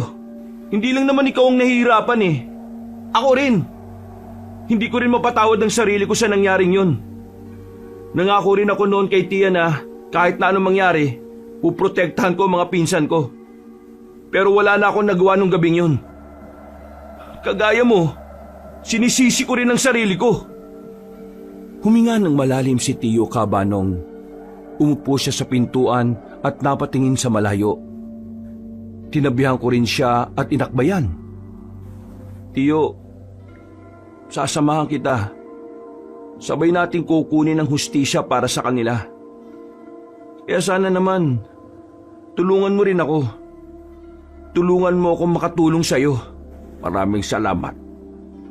Maraming salamat talaga, Erwin. Naliwanagan na rin si Tiyo noong gabing yon. Pumayag na siyang samahan ko siya. Pero hindi siya pumayag na makialam ang konseho sa magiging misyon namin. Hindi niya rin gustong isama si Badang at Wilberto. Dahilan niya, ayaw niyang mapahamak ang dalawang yon. Hindi dahil alam niyang kulang pa sa karanasan, ngunit dahil ayaw niyang may mabawasan na naman sa mga taong mahalaga sa kanya. Kinabukasan, medyo magaan ang pakiramdam ko. Nakikita ko na rin nakangiti si Tiyo. Habang pinagmamasdan niya ang larawan nilang magpamilya. Ramdam ko ang namumuong pag-asa at saya sa kanya. Nilapitan ko siya at inakbayan. Pakiramdam ko noon, bumalik na ang dating Tiyo ko na talagang positibo sa buhay. Tiyo, si Badang at Wilberto, hindi ba talaga sila pwedeng sumama? Ramdam ko kasing sincero sila sa pagtulong sa atin eh. Hindi ko pa nababasa ang galaw ng mga aswang eh. Kaya delikado kung marami tayong gagalaw. Kapag marami, mas madali nila tayong mababantayan. Kung sakaling dumating ang oras na kailanganin na natin ng tulong, handa akong tanggapin sila. Kailan mo ko tuturuan ng mga nalalaman nyo? Ngayon, agad-agad, wala tayong oras para magbuni-muni. Sa ginawa kong pagpaslang sa matandang aswang, siguradong galit na sila. Opisyal yun ng mga aswang. Opisyal? Sigurado ka, Tiyo? Oo. Hinalungkat ko yung mga gamit niya bago ko sunugin ang bahay niya. Doon ko nalaman na talagang konektado siya sa mga aswang na pumaslang sa pamilya ko. Ang kaso nga lang, hindi talaga siya nagsalita. Mukha talagang handa siyang mamatay para lang sa samahan nila. Kung ganun, mangangapa pala talaga tayo. Oo. Natsambahan ko lang talaga yung matandang yun sa gubat. Makalipas ang ilang sandali, ay sinimulan na rin naman namin ni Tiyo ang pagsasanay. Ang dami niyang itinuro sa akin. Mga bagay na hindi ko inaakala na nagagawa niya pala talaga noon at hanggang ngayon. Medyo nahirapan ako sa ilang galaw na itinuro niya sa akin. Pero lahat talaga ng yon ay natutunan ko lang sa maghapon. Mga bandang 6:00 ng gabi, nagpapahinga na kami habang humihigop ng tableya. Pawis na pawis ako. Pagod na pagod. At talaga namang bugbog ang katawan sa kakagalaw. Nung kaidaran mo ako, hindi ako ganyang kabilis matuto. Nakakatuwa ka kasi mabilis ka makakuha ng mga tinuturo ko sa'yo. Ibig ba nitong sabihin, ako nang susunod sa yapak mo? Kung ako ang tatanungin, ayokong tahakin mo ang ganitong landas. Ngayon lang kitang pinapayagang sumali sa ganito kasi gusto mong makatulong. Napangiti na lang ako sabay higop ulit ng tableya. Makalipas ang ilang araw, unti-unti ko na rin nakukuha ng tama ang mga tinuturo sa akin ni Tio Teban. Kahit papano, nagiging pino na rin ang mga kilos ko at galaw ko. Masaya ako noon dahil palagay ko, malaki na rin ang may tutulong ko para sa misyon na gagawin namin ni Tio. Isang hapon, umalis kami ng aming baryo. Dala-dala namin ang mga sandata namin. Yun ang simula ng paghahanap at pagtugis namin sa mga aswang. Tio, anong baryo ba to? Mag-aalas 9 na ng gabi. Ang dami pa rin tao sa labas. Ang iingay pa. Matagal na akong pumupunta rito. Nung binata pa lang ako, ganito na talaga. Ayon sa paniniwala ng mga tao rito mas maingay sila sa gabi para maitaboy daw ang mga masasamang elemento. Bakit nandito tayo? May aswang ba rito? Noon, ang mga aswang ayaw ng maraming tao. Ayaw sa maingay. Pero ngayon, malakas ang kutob ko na iba na ang ginagawa nila. Humahalo na sila sa tao para hindi sila maging kahina-hinala. Ang tingin ko, ito ang perpektong lugar para magpanggap sila. Pumasok na kami ni Tio sa baryo. May mga sumalubong sa amin para painumin ng alak. Pero tinanggihan lang namin para makaiwas sa tinatawag na yanggaw. Pumunta na muna kami sa isang bakuran kung saan merong nagbibinggo roon. Umupo kami sa gilid at inilabas ang sarili naming pagkain. Pinagmamasdan lang namin ng mga tao. Nagmamasid kami sa paligid. Maging alerto ka ha. Baka isa sa mga taong nakikita natin ngayon mga aswang na. Wala ba tayo nung langis na sinasabi mo dati na nakakatukoy ng aswang? Ginamit ko yon nung bago ko mahuli matandang aswang. Pero hindi na yun tumatalab ngayon sa kanila. Ibig sabihin, yung mga aswang ngayon, hindi na sila nararamdaman ng langis. Kaya mano-mano natin silang oobserbahan ngayon. Habang kumakain kami ni Tio, napansin ko ang isang lalaki na nakatingin sa akin. Itinuro ko sa kanya yon. Tumigil kami sa pagkain. Nang mapansin din ng lalaki na nakatingin ako sa kanya, bigla na lang siyang naglakad paalis. Nagmamadali naming sinundan ng lalaking yon. Inihanda na rin namin ang aming sarili. Nang lumiko na kami sa isang kanto, tuluyan na namin siyang naabutan. Dinakma agad ni Tio ang lalaki sa balikat. Hinila ng malakas at agad na tinutukan ni Tio ng patalim sa liig. Sabi mo sa amin kung nasaan ang mga kasama mo. Dahil kung hindi, ibabaong ko itong hawak kong katana sa leeg mo. At hindi pa ako makukontento. Susunugin kita habang naghihingalo ka. Ano ba yan? Diyos ko! Winawaral niyo, Kesh! Ano bang nagawa kong wrongfully sa inyo? Sinetch ba kayo? Mga person kayo? Teka, bakit ganyan ka magsalita? Obvious ba bagets? Isa akong baklush, Becky, bading! Huwag kang papalinlang sa isang ito. May mga aswang na bading din. Kaya ikaw bakla ka. Kung ayaw mong mamatay ng maaga, sabihin mo sa akin kung nasaan ang ibang aswang. Ay, wow siya oh. Galit yan siya. Me? Monster? Never! I'm not aswang, no? I'm simply human being na may dream maging girly. Hindi ako aswang. Tsura nitong thunders na ito. Kung hindi ka aswang, bakit ka tingin ng tingin sa amin? Correction, hindi sa inyo. It's only you, boylet. Bet na bet yung kakasi ng beauty a cash. Tiningnan niya ako ng malagkit. Nakaramdam naman ako agad ng pagkailang. Pati rin si Tio ay parang kinilabutan. Binitiwan niya ang bading na yon. Tiningnan niya pa si Tio mula ulo hanggang paa. Tapos kumindat siya sa akin. Bago siya maglakad palayo, sumenyas pa siya sa akin na sundan ko siya sa halagang 150. Mas kinilabutan pa ako sa ginawa ng baking yung kaysa sa ideya na kakalabanin natin yung aswang eh. Ikaw pala ang gusto eh. Hirap maging pogi no? Napapakamot na lamang kami sa ulo. Habang naglalakad kami pabalik, dito na namin nakita ang totoong aswang. Parang inabangan na niya kami noon, kabanong. Nakatingin siya sa amin at nagawa pa kaming ngisihan. Nang lalapitan na sana namin siya, ay bigla siyang tumakbo ng mabilis. Hinabol namin siya ni Tio at wala na kaming pakialam kung makabanggaan namin ang iba naming makakasalubong na tao. Sa kakasunod namin, nakarating na kami sa isang abandonadong gusali. Madilim na roon at tanging ang kakaunting liwanag lang mula sa buwan ang nagsisilbing ilaw. Hindi na muna kami umabante. Sinuyod muna namin ang tingin ng buong paligid. Tiningnan ng likuran ng mga nakatambak na lumang gulong. Erwin, yanda mo sarili mo. May nararamdaman ako rito. Isa lang yon. Kayang-kaya natin yon, Tio. Hindi sila nag-iisa. Marami sila. Nang sabihin ni Tio ang bagay na yon, ay agad na dumaloy ang kaba sa aking kalooban.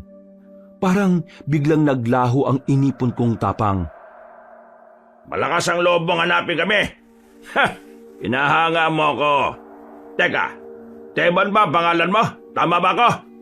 Huwag kang umasta na parang ikaw ang pinuno ng mga salot na yan. Hindi mo ako maangasan. Ang mabuti pa, umalis ka na sa bubungan na yan. Bumaba ka rito at kalabanin mo ako kung talagang malakas ka. Ha! Yung sinasabi mo kasi ay lumang tugtugin na yan. Hindi na tanga mga aswang para magsayang ng oras sa sitwasyon na hindi kasama sa mga plano. Bakit ka magalit na galit? Kasi nalagas nga pala ang pamilya mo. Naalala ko na kung papaanong magbakawang nanay mong hindi na makabangon. Pati na rin yung asawa mong iyak ng iyak. Lumuhod pa nga sila nun eh. Ang kaso, hindi naawa yung pinuno namin. Kaya yun, pasensya na ha. Kasama ka pala sa mga pumaslang sa pamilya ko. Pwes, hindi mo na ako pahihirapan sa paghahanap sa'yo. Papatayin na kita ngayon. Ang kaso nga lang, wala akong panahon para lumaban sa'yo. Sapat na sa akin na malaman na kumikilos ka na para gumante. Ipaparating ko ito sa aming mahal na pinuno. Huwag kang duwag. Lumaba ka sa akin. Magaling lang kayo sa mga taong walang kalaban-laban sa inyo eh. Walang kalaban-laban? Hindi totoo yan. Sa katunayan, yung 4 mong anak eh makukulit. Sinubukan nilang kaming labanan. Ang problema, wala naman silang alam sa pagpatay sa mga kagaya namin eh. Kaya nangyari, sila namatay. Bakit? Masakit ba? Masakit bang mawala ng pamilya habang sinusubukan mong mamuhay ng masaya? Sobrang sakit ba? Kulang pa yan sa ginawa mong paglagas sa angka ng mga aswang. Pasalamat ka ba nga nakasama mo pa sila ng ilang taon eh, bago sila pinatay? Tio, huwag kang makikinig sa kanya ha. Sinisira lang niya yung kaisipan mo para mawala ka sa focus. Totoo naman ang sinasabi ko ah. Masakit talaga mawala ng mahal sa buhay. Kaya naiintindihan ko kung bakit ka nagagalit, Teban. Pero, inalulungkot kong sabihin sa'yo, hindi ngayon ang tamang pagkakataon para makaganti ka sa akin. Pero bilang pagpalubag loob, iiwan ko ang mga bata ko para kalabanin ka. Sila na lang ang pagbuntungan mo sa ngayon. Ayos na rin yan. Hindi na masama. Aswang din naman ang mga yan eh. Huwag kang umatras, huwag! Bye-bye! Magkikita pa naman tayo ulit eh. Hanggang sa susunod! Umalis na ang matandang lalaki, Kabanong. Saka naman kami pinalibutan ng mga aswang. Kitang-kita ko sa mukha ni Tio ang labis na galit. Tumataas na naman ang emosyon niya. Mga ilang sandali pa, sabay-sabay nang lumapit ang mga aswang. Hindi nagpatinag si Tio. Nilapitan niya rin ang mga yon. Namangha ako sa kung paano niya hinarap ang halos 6 na aswang. Habang ako naman ay isa lang ang kaharap ko. Wisit kang aswang ka? Ganyan pala mukha mo? Agad kong hinagupit ng itak ang aswang na yon. Pero nakailag siya at sumampa sa mga nakatambak na gulong. Kumuha naman ako ng bote sa gilid at binato ko sa pagbumukha niya. Nang tamaan siya, ay mas lalo siyang nanggigil sa akin. Nagmamadali niya akong inatake. Makailang ulit niya akong tinangkang kalmutin. Pero buti na lang ay alam ko kung paano iiwasan ang mga atake niya. Nang makakuha ko ng tamang pagkakataon, mabilis ko siyang tinaga. tinamaan na siya sa hita. Dahilan para bumagal ang galaw niya. Dahil doon, mas lalo akong nagkaroon ng lakas ng loob. Mabilis kong pinagtatataga ang aswang hanggang sa tuluyan na nga siyang mapahiga at malagutan ng hininga. "Tiyo, ayos ka lang?" Hindi niya ako sinagot. Napatingin na lang ako sa mga aswang na nakahandusay sa harapan ko. Nandilisik ang mga mata ni Tiyo at kahit meron siyang mga tama, parang hindi niya yun nararamdaman. Pinatay niya ang 6 na aswang na walang kahirap-hirap. Hindi lang niya basta pinaslang. Nilasog-lasog niya pa ang katawan ng mga yon. Papatayin ko silang lahat. Pinapangako ko, uubusin ko silang lahat. Ipapasilip ko sa kanila ang impyerno. Galit na galit si Tiyo. Hindi ko siya magawang hawakan noon dahil parang nag-iba na naman siya. Pero maya-maya lang, nagawa rin naman niyang kumalma. Agad ni rin naming iniwan ang lugar na yon. Bago namin lisanin ang baryo, rumonda pa kami pero wala na kaming nakita pang aswang. Ang tanging inabutan na lang namin ay ang bahay na pansamantalang tinirhan ng mga yon. Pasensya ka na kanina. Hindi ko na naman nakontrol ang sarili ko. Nagpadala na naman ako sa emosyon ko. Naiintindihan naman kita, Tiyo. Malabang sa malamang, pinaghahandaan na rin nila ako. Kaya nga kailangan natin magdoble ingat eh. Kanina, madali lang nating natalo yung mga aswang.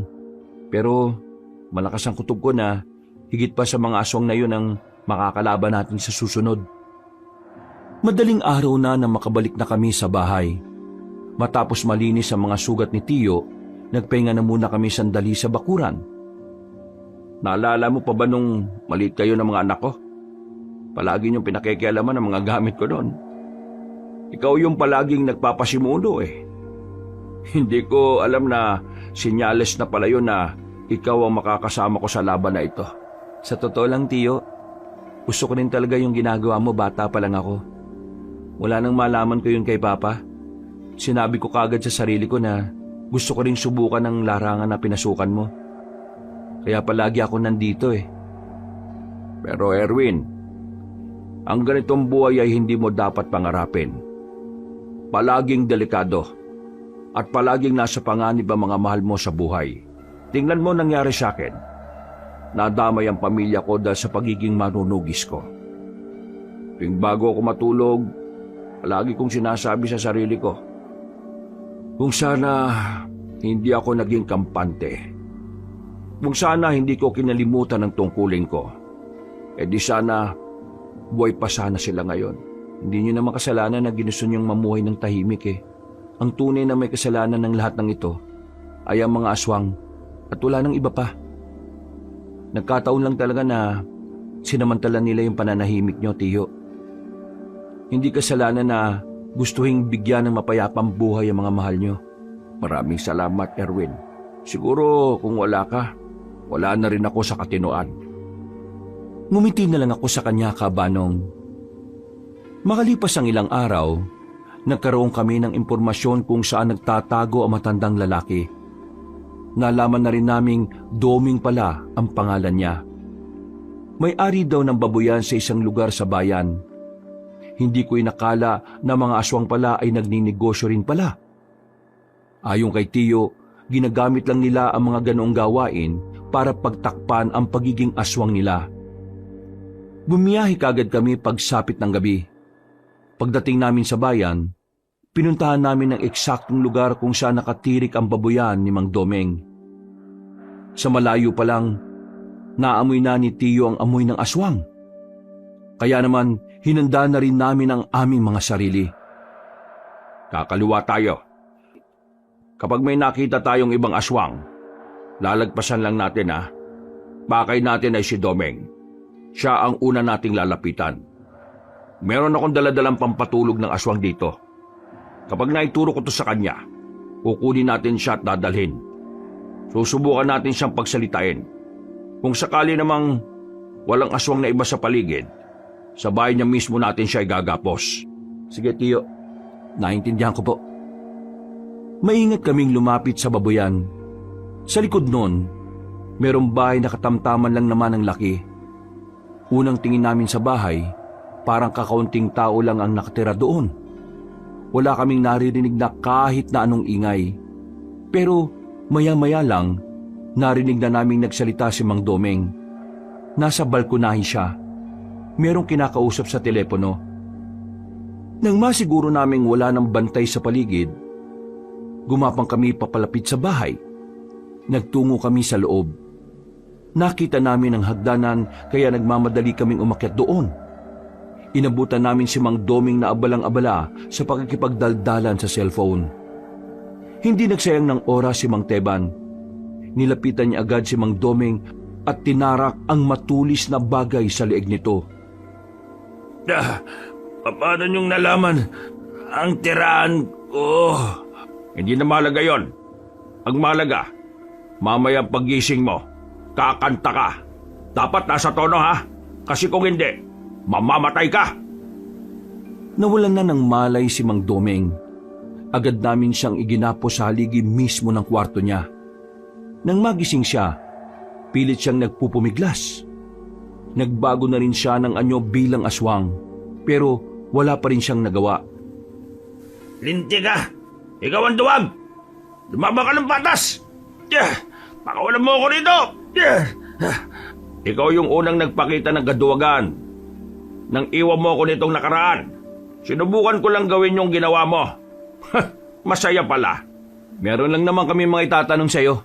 Sagutin mo, para walang maging problema. At tingin nyo talaga, ilalaglag ko ang mga kasamahan ko? Manigas kayo! Magsalita ka, Domeng. Kailangan mo magsalita.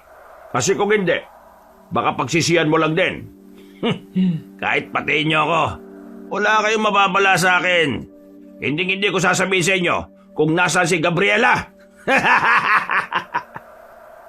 Ganun ba? Sige. Kinuha ni Tio ang latigo niya sa bag. Pinalayo niya ako sandali. Hinagupit niya ng latigo si Mang Domeng.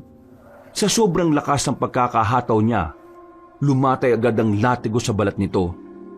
Isang latigo pa lang, dinugo na agad si Mang Domeng. Madali akong kausap, Domeng. Kung sasabihin mo sa akin ang kailangan ko, pwede pa kitang hayaang mabuhay. Hindi naman ako kagaya nyo ng mga siraulo. Sasabihin ko, sige, sasabihin ko na kung nasaan sila. Aray, Magsasalita ka rin pala, dami mo pang daldal. Si Gabriela at ang mga kasama namin, nasa nasa buwan! Tarantado pala ito, Tio eh. Nasa buwan?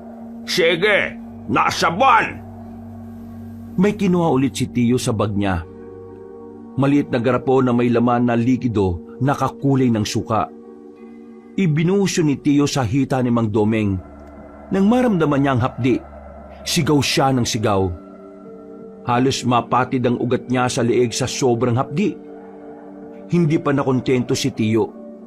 Binuhusan niya rin si Mang Domeng sa bandang ari nito. Aray, tama na! Hindi ko na kaya, aray! Hindi mo na kaya? Hindi mo na pala kaya eh. E di magsalita ka na. Nasa San Lazaro sila. Aray! Saan yung San Lazaro na yan? E di, sa buwan pa rin! Nasa buwan si Gabriela, tumatae! Napapikit na si Tio Teban sa sobrang inis. Pinipilit niyang ikalma ang sarili niya. Hindi kasi namin pwedeng paslangin kaagad si Mang Domeng. Malakas ang pakiramdam namin na marami siyang nalalaman. Domeng, kung hindi ka magsasalita, mapipilitan akong gamitin sa iyo ang kainaan mo. Kaya kung ako sa iyo makisama ka na lang. Kainaan?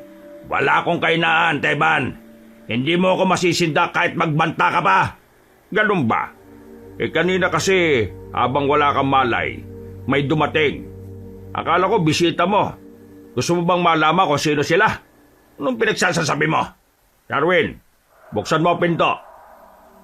Sinunod ko ang sinabi ni Tio.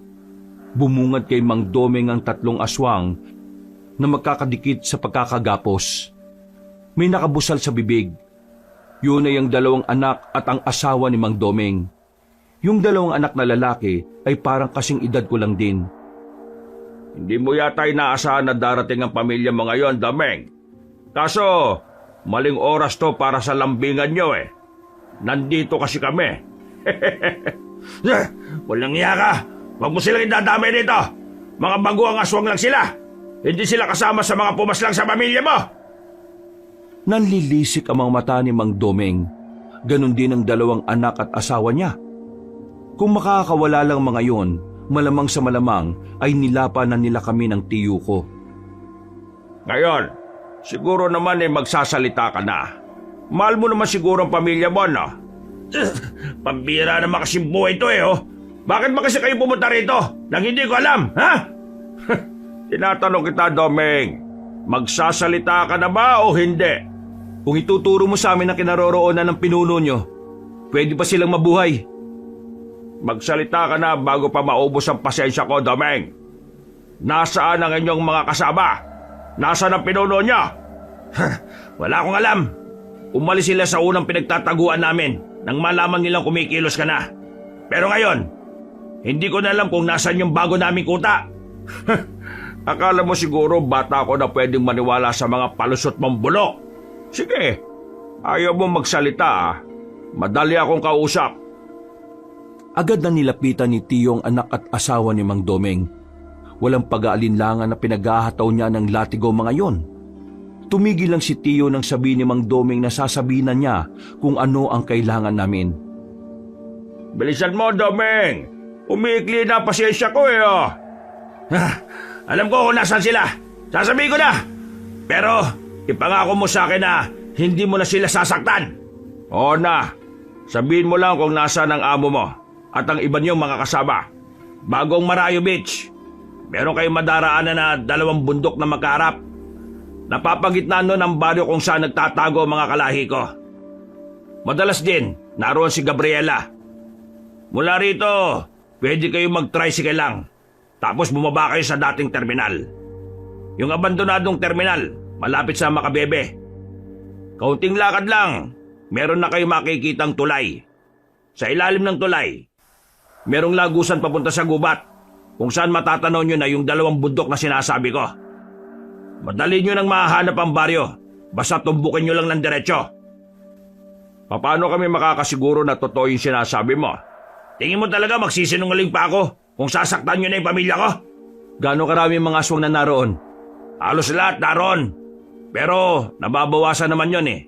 Dahil yung iba, umaalis para maghakot ng mga bagong miyembro. Kung ako sa inyo, hapon kayo pumunta, bandang 3:00. Pero huwag kayong papaabot ng gabi. Sa gabi bumabalik ng iba namin mga kasamahan. Kung sa hapon, kakaunti lang ang mga aswang sa baryo namin. Meron kayong makikitang malaking ribulto sa bungad ng baryo. Huwag kayong dadaan sa diretsyo. Kakaliwa kayo para hindi nila kayo mapansin. Basta sa kaliwang daan, maraming maisan doon. Doon kayo dadaan. At pwede niyong gapangin para siguradong hindi sila makakahalata. Ano ang binabalak ng mga aswang bukod sa pagganti nila sa akin? Akala ko ba ituturo ko lang kung nasaan sila? Ginawa ko na! Kagaya nga ng sinabi ko kanina, marami kaming itatanong sa'yo. Kaya sumagot ka na. Balak nilang pabagsakin ang konseho ng mga manunugis. Kapag nangyari yon, isusunod nila ang mga lokal. Tapos sa panguli, ang munisipyo rito sa bayan. Sasakupin nyo itong buong probinsya? Sasakupin? Anong mapapala namin sa lugar na ito? Hindi naman talaga rito nagsimula ang lahi namin. E anong motibo nyo sa mga binabalak nyo? Hindi itong kapis ang lupang sinilangan namin, kundi ang Gimaras. Kailangan lang namin burahin ang kapis sa mapa at tuluyang gawin itong lugar ng mga patay para magsilbing mensahe ito sa iba pang samahan ng mga manunugis. Para katakutan kaming lahat. Papatayin namin ang lahat ng tao rito. At magagawa lang namin yon kung mauna ka mamatay, Teban. Ikaw ang pinakabanta sa aming lahi. Ano pa mga nalalaman mo? Wala na. Yun lang ang mga nalalaman ko. Hindi rin naman kasi ako ang madalas kasama ni Gabriela eh. Kung hindi si Gina. Sinong Gina? Eh sino pa? Eh di yung una niyong pinatay. Siya ang kanang kamay ni Gabriela. Hindi siya nagsalita, no? Di ba? Oo. Kaya nga ikaw ang nasa panganib ngayon eh. Sinabi ko na ang lahat ng nalalaman ko. Kaya pakawalan nyo na ako. Pati na rin yung mga anak ko at ang asawa ko. Nakakalimutan mo na bang kasama ka sa pumaslang sa pamilya ko? Teka, anong ibig mo sabihin? Ibig ko lang sabihin, walang kapatawaran ang ginawa nyo. Buhay ang nawala, buhay din ang kapalit. Pero, nangako kayong hindi nyo sila sasaktan ah. Tiyo, wala ito sa usapan natin. Dinukot na ni Tiyo Teba ng katana niya. Sigaw ng sigaw si Mang Domeng. Nag-aapoy siya sa galit. Binubuhos na niya ang lahat na makakaya niya para lang makaalis sa pagkakagapos. Pero hindi pa rin siya nagtagumpay. Dumating sa puntong umiiyak na si Mang Domeng kaso walang naririnig si Tiyo. Ayop ka! Traidor ka! Hindi ka tumupad sa usapan! Nakikita mo ba itong dalawang anak mo? At itong asawa mo? Mawawala rin sila sa'yo ngayon! Tarantado ka! Wala kang isang salita, traidor! Ginagawa ko lang ang mga ginawa sa akin ng pinuno ninyo ngayon. Pinatakas ko siya noon at nangako siyang mamumuhay ng payapa. Pero ngayon, bumuo siya ng panibagong henerasyon ng mga aswang para patayin ang pamilya ko at para manggulo. Wala akong pakialam. Ang usapan natin, hindi mo nasasaktan ng pamilya ko kapag sinabi ko sa inyo ang kailangan ninyo. Mga bagong aswang lang ang mga yan. Walang kinalaman yan sa... Kahit na anong paliwanag mo, wala na akong pakikinggan. Gantihan lang ang laban dito. Kinuha niyo ang buhay ng pamilya ko, Domeng. Kukunin ko rin ang buhay ng mga mahal niyo sa buhay. Nilapitan na ni Tiyo ang 3 bihag. Noong mga sandaling yon, nawala na ang tapang ng 3 aswang na nakagapos. Parang nagmamakaawa na sila kay Tiyo. Pero sa nakikita ko nun kay Tiyo, desidido na siyang parusahan ng mga yon. Tingnan natin kung ano ang pakiramdam ng mawala ng pamilya. Para kasing hindi mo pa alam eh. Si Raulo! Tarantado! Huwag mo silang idadamay! Wala silang kinalaman sa ginawa ko! Yung pamilya ko, may kinalaman ba sila sa ginawa ko? Di ba wala naman? Pero bakit nyo sila dinamay? Namumuhay sila ng payapa pero anong ginawa ninyo? Pinatay ninyo! Pati si nanay na hindi na makalakad, pinatay nyo rin! Ngayon, sabihin mo sa akin, mali ba ako kung pati mga mahal mo sa buhay na walang kinalaman ay idadamay ko? Nakikiusap ako sa iyo. Huwag mo silang idamay. Nagmamakaawa ko. Ako na lang ang patayin mo. Huwag lang sila. Hindi magiging patas kung hindi mo mararamdaman ang unti-unti nilang pagkawala. Kaya pasensya ka na, Domeng. Mas gusto kong makita mo kung papaano mawala ang mga to sa buhay mo. Noong mga sandaling yung kabanong, hindi ko na alam ang gagawin ko kay Tiyo. Wala na siyang pinakikinggan. Desidido na siya sa gagawin niya. Wala siyang pakialam kung inosente ang mga papatayin niya. Si Mang Domeng naman, iyak lang ng iyak. Nagmamakaawa, pero wala siyang mapapala. Masyado nang matigas ang puso niya. At kahit na anong gawing pagtangis ni Mang Domeng, hindi nalalambot ang puso ng tiyuhin ko. Wag! Parang awa mo na! Damhin mo kung gaano kasakit mawalan ng pamilya, Domeng! Pakiusap! Wag! Biglang hinagupit ni Tiyo ng katana ang isa sa mga anak ni Mang Domeng. Sumirit agad ang dugo nito at saka lumaylay ang ulo. Nanlalaki ang mga mata ni Mang Domeng na makitang patay agad ang isa niyang anak. Hindi pa nakontento si Tiyo. Isinunod niya ang isa pang anak na matandang aswang. Pinagtatataga niya hanggang sa tuluyan nitong malagutan ng hininga. Nilapitan naman ni Tiyo ang asawa ni Mang Domeng. Hindi rin niya yung pinalagpas. Agad niyang hinataw ang matandang babae sa leeg. Wala pang ilang minuto ay nalugutan na rin ito ng hininga. Napakasama mo! Napakademonyo mo! Mas demonyo ka ba sa akin, Teman? Ayop ka! Ako? Demonyo? Nahihibang ka na yata. Ikaw ang unang sumama sa malademonyong gawain ng amo mo. Ibabalik ko lang sa iyo ang pakiramdam. O ngayon, naintindihan mo na ba ang nararamdaman ko? Galit ka na rin ba ngayon sa mundo gaya ng galit na meron ako? Kinamumuhian mo na rin ba ang sarili mo dahil wala kang nagawa? Papatayin kita kapag nakawala ako dito! Papatayin kita! Ang kaso, hindi ka na makakakawala dahil ngayon din, isasama na kita sa kanila! Biglang hinugot ulit ni Tio ang kanyang mahabang katana.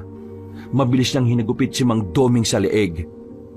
Hindi tumagal ng ilang minuto, nalagutan na rin ng hininga ang matandang aswang. Hiningal si Tio. Napaupo na lang siya sa gilid. Maya-maya pa, lumabas na rin kami ng bahay na yon. Pero hindi ako sang-ayon sa nangyari kaya kinastigo ko siya. Tio, ano yun? Bakit mo ginawa yun? Bakit ko ginawa ang alin? Bakit mo dinamay yung pamilya niya? Anong klaseng tanong yan?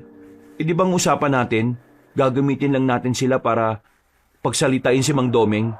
Wala sa usapan natin na papatayin din natin sila, di ba? Naririnig mo ba ang sarili mo? Aswang din ang pamilya niya. At ang layunin natin, patayin ang lahat ng aswang. Pero mga baguang aswang lang sila. Wala silang alam sa nangyari. At hindi naman sila kasama sa mga pumaslang sa pamilya mo. Pero bakit mo, Ano bang gusto mong gawin ko, ha? Pabayaang mabuhay ang pamilya niya. Tapos ano? Balang araw babalikan din nila ako at sisingilin sa ginawa ko kay Domeng. Ayoko na mangyari ulit ang nangyari noon. Na kung hindi ko lang sana hinayaang mabuhay si Gabriela, na kung hindi ko lang sana pinaira lang awa ko, di sana wala nang aswang ngayon. Sana'y hindi nabuhay ulit yung angkan nila.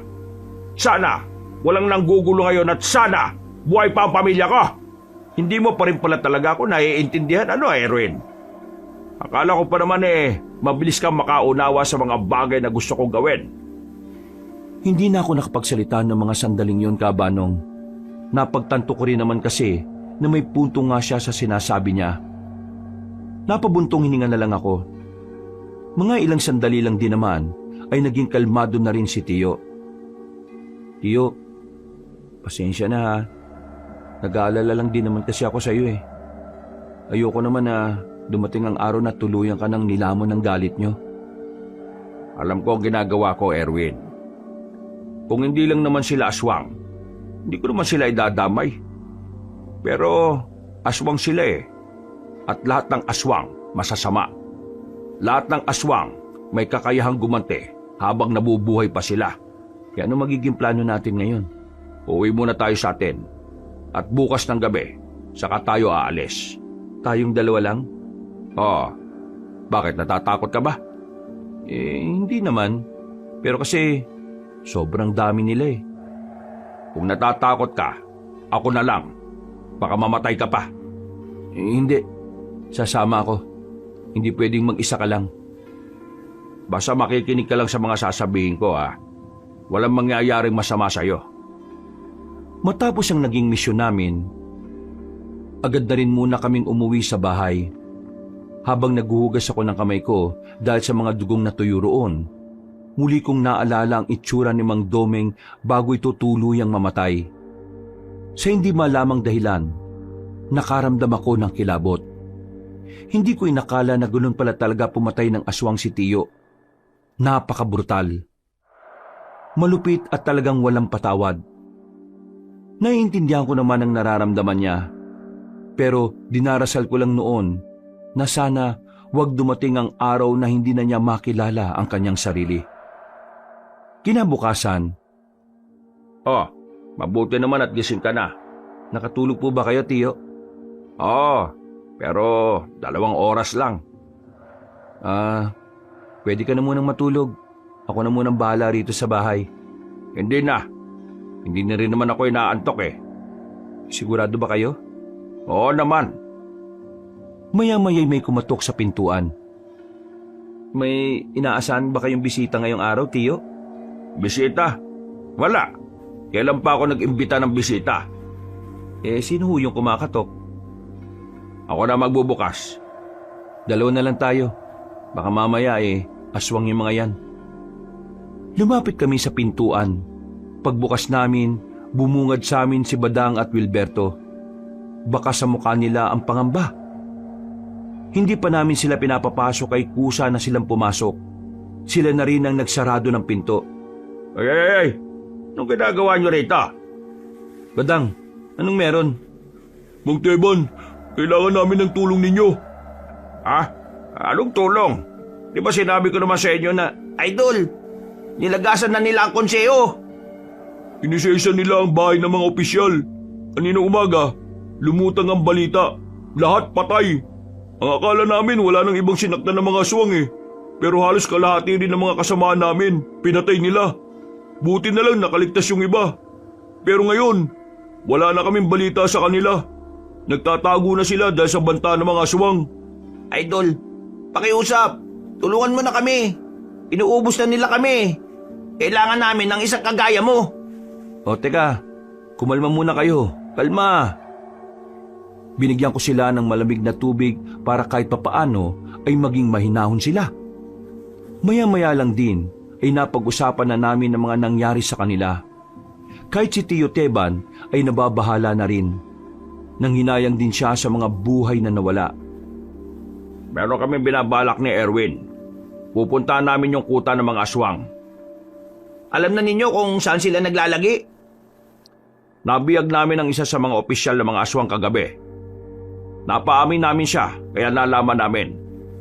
Pupunta kami ron ng kaming dalawa lang. Kung gusto nyo, sumama na kayong dalawa. Totoo ba? Tinatanggap mo na kami ulit? Tayo-tayo lang din na magtutulungan. Alam ko magiging mahirap to para sa atin. Pero mas magiging maganda ang laban kung magsasama-sama tayo. May mga napag-usapan na kami ni Tio. Ilalatag namin sa inyo at dadagdagan nyo na lang kung meron kayong mga ideya. Nung umagang yon, Kabanong, masaya ko kasi sa wakas, naging makasundo na rin si Tio at ang dating dalawang estudyante niya. Matapos namin mapag-usapan mga plano, naganda na rin kami para sa aming pag-alis. Mabilis na lumipas sa mga oras. Malapit na rin ang kinagabihan. Iniwan na rin namin ang baryo para puntahan ang kuta ng mga aswang. Magkahalong kaba at pananabik ang nararamdaman ko noon, Kabanong.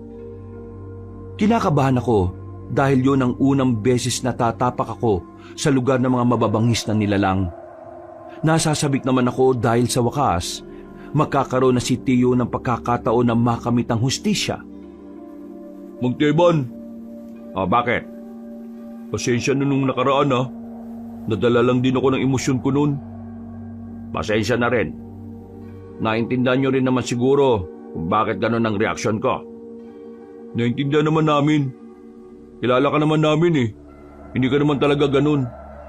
Ang tao, kapag nasasaktan, nagbabago talaga. At saka, idol ka pa rin namin kahit na anong mangyari. Kahit na kalimutan mo kami, walang magbabago sa paghanga namin sa iyo. Kahit naman kailan hindi ko kayo kinalimutan. Nung una, ayaw ko lang talaga kayo makialam. Natatakot si Tio na baka pati kayo mawala rin sa kanya. Kagaya ko, ayaw niya rin akong isama nung una eh. Pero nagtiwala siya sa akin at nagtitiwala na rin siya sa inyo ngayon. Basta ang gusto ko lang naman makikinig kayo sa mga sasabihin ko, ha? Isang karangalan talaga na makasama namin ang pinakamaalamat at magiting na manunugis. Noon yon. Pero ngayon hindi na. Isa na lang akong simpleng manunugis na naghahangad ng hustisya para sa pamilya ko. At para na rin sa mga taong biniktima nila ngayon. Nang makita na namin ang lagusan, tinahak namin yun ng halos 10 minuto. Paglabas namin, natanaw na namin ang dalawang malalaking bundok na magkaharap. Sa puntong ito, mas lalong lumakas na ang kaba ko sa dibdib ko. Dahil kaunting minuto na lang ay mapapalaban na rin kami sa mababangis na nilalang. Yandaan niyo mga sarili niyo. Kaunting sandali na lang tatapak na tayo sa balwarte ng mga aswang. Ingatan niyo mga sarili niyo ha. Sa tunay na laban, mas prioridad natin bantayan ang sariling kaligtasan kaysa sa kaligtasan ng mga kasama. Sakaling malagay tayo sa alanganin at sakaling pumalpak ang plano, ang una nating gagawin ay umatras at iligtas sa mga sarili natin. Ayoko na mga pasaway ha. Ang laban na ito ay tungkol sa buhay at kamatayan. Ayaw kong mauna pa kayong mawala kaysa sa akin. Nakakaintindihan ba tayo? Tumango at sumang-ayon kaming tatlo. Matapos ang sandaling pagpupulong, agad na rin kaming naglakad para simulan ang aming mga plano. Nang ilang metro na lang ang distansya namin sa bungad, nagtago na muna kami sa halamanan para magmasid. Sa obserbasyon namin, mukhang maraming aswang sa labas ng mga bahay sa mga ganoong oras. Kaya hindi kami nagpadalos-dalos. Hinintay na muna naming lumipas ang ilang oras para makakuha ng tamang pagkakataon. Magta-3 oras na tayo rito ah. Parang walang balak magsipasok sa bayan mga aswang na yan ah. Baka alam na rin nilang may posibilidad na puntahan sila rito. Kaya ganyan sila ka-alerto. Kailangan natin mahanap ang mas ligtas na lugar. Kailangan makuha natin si Gabriela ng walang nagiging problema. Kapag nagawa natin yon, isang malaking alas na ang panlaban natin. Mapuputulan na ng mga pangil ang mga aswang kapag hawak na natin sa leeg ang pinuno nila. Tiyo, mukhang pwede tayong dumaan dun, oh. Maliwanag dyan, baka makita tayo. Kung bibilisan natin, walang makakita sa atin. Kesa dun sa kabila na medyo madilim, pero merong mga aswang. Hindi. Wala muna tayong gagawin. Dito muna tayo. Hintayin natin ang 3:00 ng madaling araw. Sa ganong oras, madalas nagpapahinga na ang mga aswang. Matagal-tagal pa pala. Pwede pa pala ako nito matulog. Gisingin niyo na lang ako kapag bakbaka na ha. Nakakaramdam na ako ng antok ng mga sandaling yon, Kabanong, pero nanatili pa rin akong mulat. Sinasamaan ko si Tio sa pagbabantay habang ang dalawa naman ay masarap na ang tulog. Mga ilang sandali lang, nakita na rin namin kumukonti na ang mga aswang na pagala-gala sa labas. Sinyalis daw yon na nagsisimula ng magpahinga ang karamihan sa kanila. Dahil doon, ginising na rin namin si Badang at Wilberto. Nang masiguro naming wala ng gaanong aswang sa paligid, gumapang kami palapit sa unang bahay. Pumasok kami sa silong. Sandali kaming nang batsyag. Nakita naming papalayo na ang mga aswang na nasa bungad. Kaya naman, nakakuha na rin kami ng tamang pagkakataon para tuluyan ng makapasok. Magteban, mukhang hindi pa sila matutulog. Parang may isang direksyon lang silang pinupuntahan, no? Oo nga, Tiyo. Para mga walang laman yung mga kabahayan na nadaanan natin kanini. Hindi kaya meron silang pagre-ritual ngayon? Yan ang malalaman natin. Sa ngayon, iisa-isay natin ang mga kabahayan para mahanap natin si Gabriela. Tiningnan namin ang paligid. Daan-daan kaming naglakad sa gilid-gilid. Bawat bahay na madaraanan namin ay sinilip namin. Pero bigo kaming mahanap si Gabriela. Hindi nagtagal, meron na kaming nakitang bahay na naiiba sa lahat. Simentado na yon at merong 2 palapag. Sa mga sandaling yon ay inakala naming nasa loob na noon si Gabriela. Nagmamadali na kaming lumapit doon. Pero laking gulat namin nang biglang may mga aswang na humarang. Noong mga oras na yon, palagay namin ay alam nilang naroon na kami. Parang pinaghandaan din nila ang pagdating namin kaya napalibutan na rin nila kami. Eto na hinihintay natin. Magteban, pinakagat lang yata nila tayo eh. Nandito na yan, palag-palag na. Basta kung ano man ang mangyari, mahal na mahal ko kayo. Kung makapagsalita ka naman, parang mauna ka pang mamatay ah. Hindi nagtagal, lumusob na rin ang mga aswang sa amin.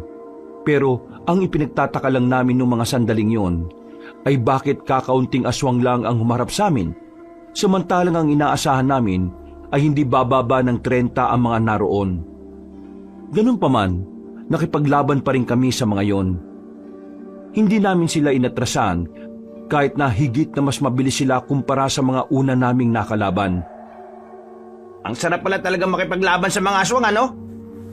Focus! Focus lang! Huwag maging kampante. Mas mababangi sila kumpara noon. Erwin, sa likod mo! Paglingon ko sa likuran ko, nakalapit na pala ang aswang sa akin. Nagawa niya akong kalmutin sa likod, pero hindi naman yun naging dahilan para mapabagal niya ako. Agad akong dumistansya. Nang makabuelo ay tinaga ko rin ang aswang na yon. Tinamaan ko siya sa leeg pero hindi pa rin siya namatay. Ano, ayos ka lang? Ayos lang naman ako, Tiyo. Mababaw lang naman ng kalmot niya eh. Alerto ka dapat. Mapandin lang ang mga aswang. Minsan akala mo aatake sila pero hindi mo alam sa likod pala sila aatake sa'yo. Sumunod kayo sa akin. Tara! Meron kaming dinaanan sa gilid. Masikip, madilim. Hindi na kami hinabol ng mga aswang doon. Pero nang makalabas na kami ron, sinalubong naman kami kagad ng mga yon. Hindi na namin nabantayan ang kanilang pag-atake. Kaya naman tinamaan si Badang at si Wilberto. Tumilapon sila sa lakas ng pagsipa at suntok ng mga aswang. Agad naman kaming rumisponde sa kanila. Buti na lang ay wala naman silang malalang galos. Pinapagod lang nila tayo.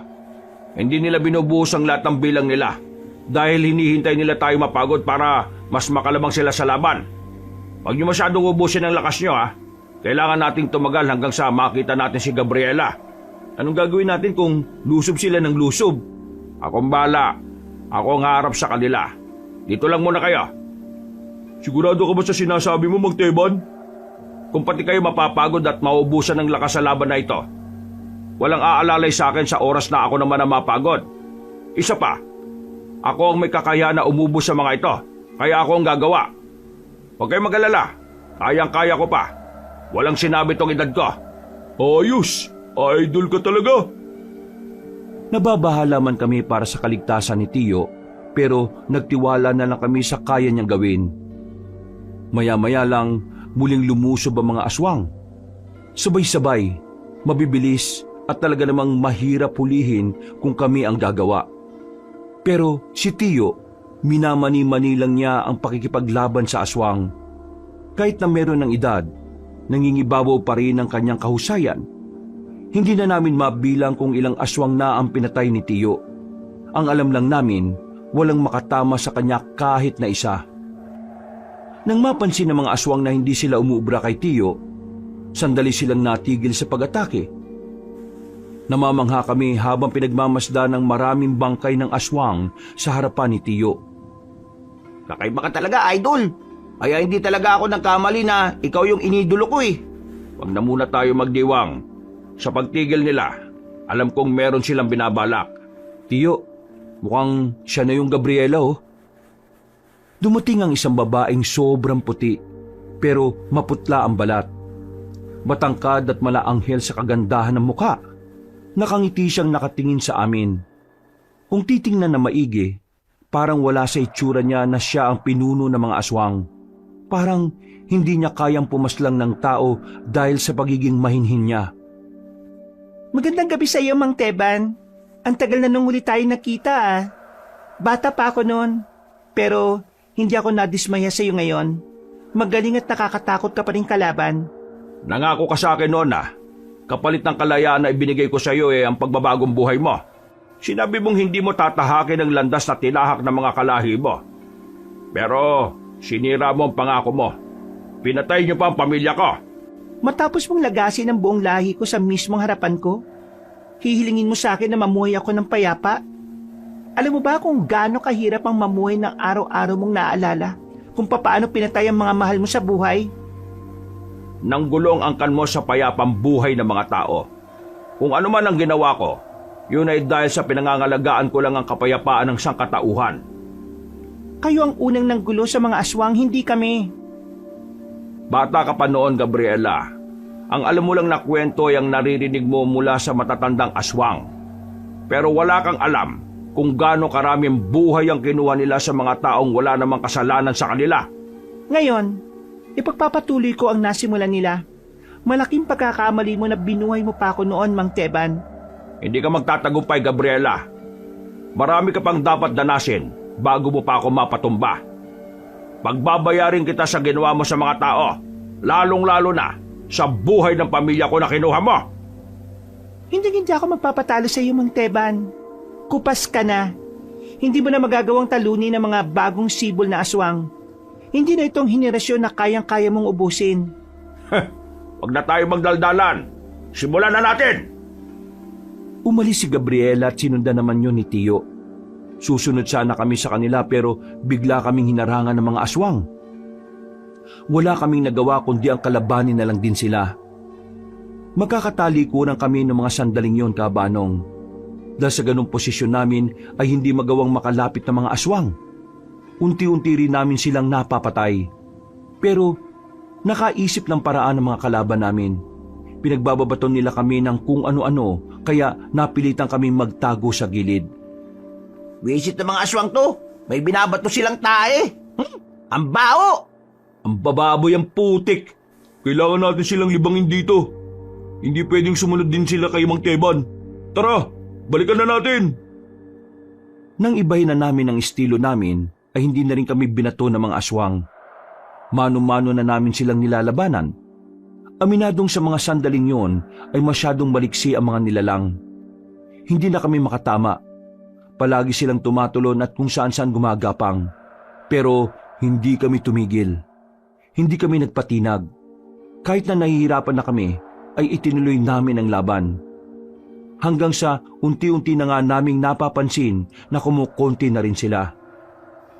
Ano? Mga salot, kaya nyo pa ba? Konting-konti na lang mga pre.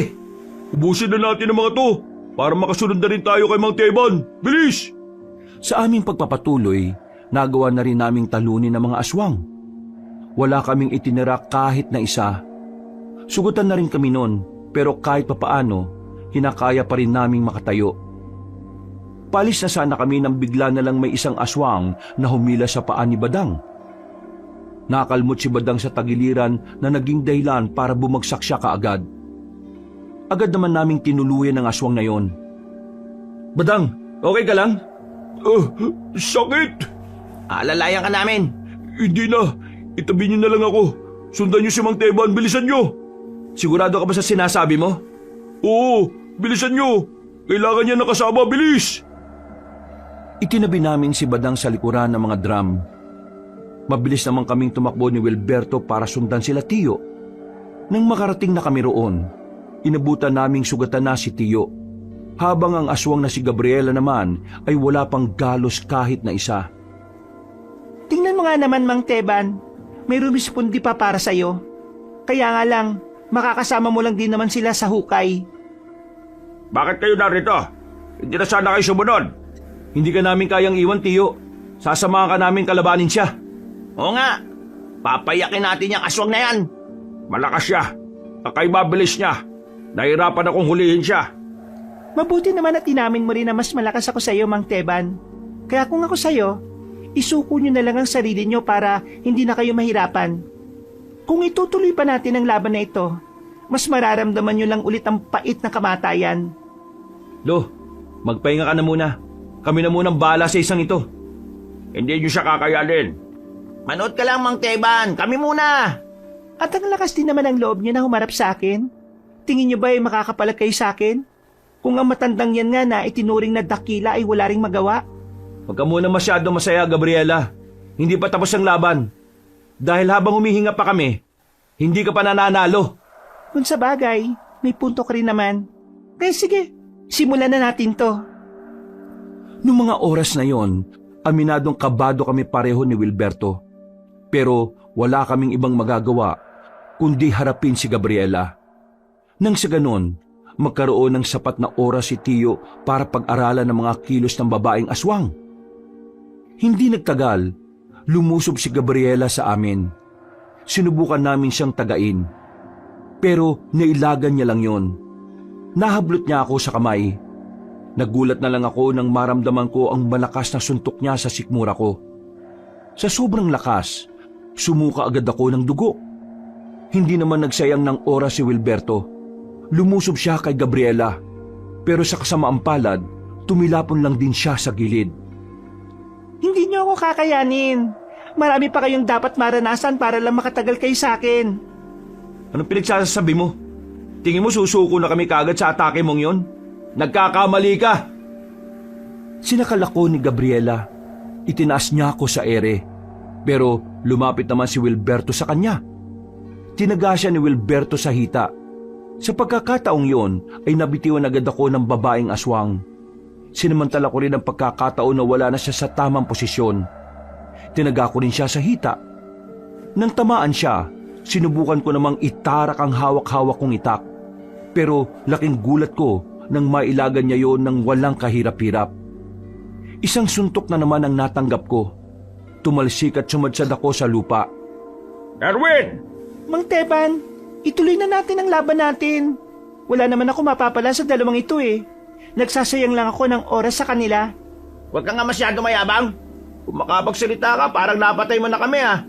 Hanggat tumihinga kami, hindi mo kami matatalo. Ang daldal mo? Sige, ikaw na ang uunahin ko ngayon. Nabahala kami ni Tio nang makitang nilapitan na ni Gabriela si Wilberto. Pero sa mga sandaling yon, napansin ko na parang may binabalak si Tio. Hinayaan lang niya makalapit ang babae kay Wilberto. Nang makakuha ng tamang pagkakataon si Tio, meron siyang kinuha sa bulsa. Isang tirador na binalahan niya ng holen. Tinamaan si Gabriela sa ulo. Akala namin nung una ay hindi siya tinatablan. Pero nang maglakad siya, bigla siyang napatigil. Napahawak siya sa ulo. Ulo lang ang kainaan ng mga aswang, kaya umanda ka sa akin. Habang nakakaramdam pa ng hilo si Gabriela, hindi na sinayang ni Tio ang kanyang pagkakataon. Iika-ika siyang lumapit kay Gabriela at agad yung sinaksak gamit ang itak. Bagyang nakailag ang babaeng aswang kaya sa bandang balikat lang ito tinamaan. Nang hugutin ni Tio ang katana ay sinubukan niyang patamaan ulit ang babaeng aswang. Pero sa mga sandaling yon ay nagawa na nitong makailag. Magaling! Magaling ang ginawa mo, Mang Teban. Pero hindi mo na mauulit sa akin ang parehong mong taktika. Kaya humanda ka ngayon. Ako naman ang aatake. Mabilis na paggapang ang ginawa ni Gabriela. Nanatili namang nakatayo si Tio. Nang malapit na sa kanya ang babae, bigla niyang kinuha ang kanyang latigo. Hinigupit niya si Gabriela. Tinamaan naman yun sa katawan na naging dahilan para mapatras niya ito ulit. Oh, anong problema? Masakit ba? Mukhang tinamaan ka na yata ngayon ah. Hindi mo na ba kayang umilag? Pinapatunayan mo talaga sa akin kung bakit ka kinatatakutan ng matatandang aswang noon. Sige, ipapakita ko rin sa'yo kung ano ang tunay na lakas ko. Sinimula ng babaeng aswang na magpalit ng kanyang anyo.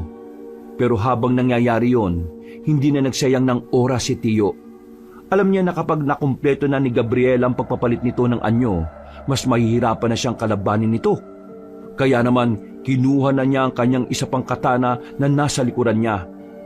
Ang katana na yon ay medyo luma na at meron na ring kalawang sa talim. Mabilis na tumakbo si Tio, palapit kay Gabriela. Nang makalapit siya, ay buong puwersa niyang itinarak ang katana sa dibdib ng babae. Nung una'y kinakaya pa ni Gabriela na makatayo.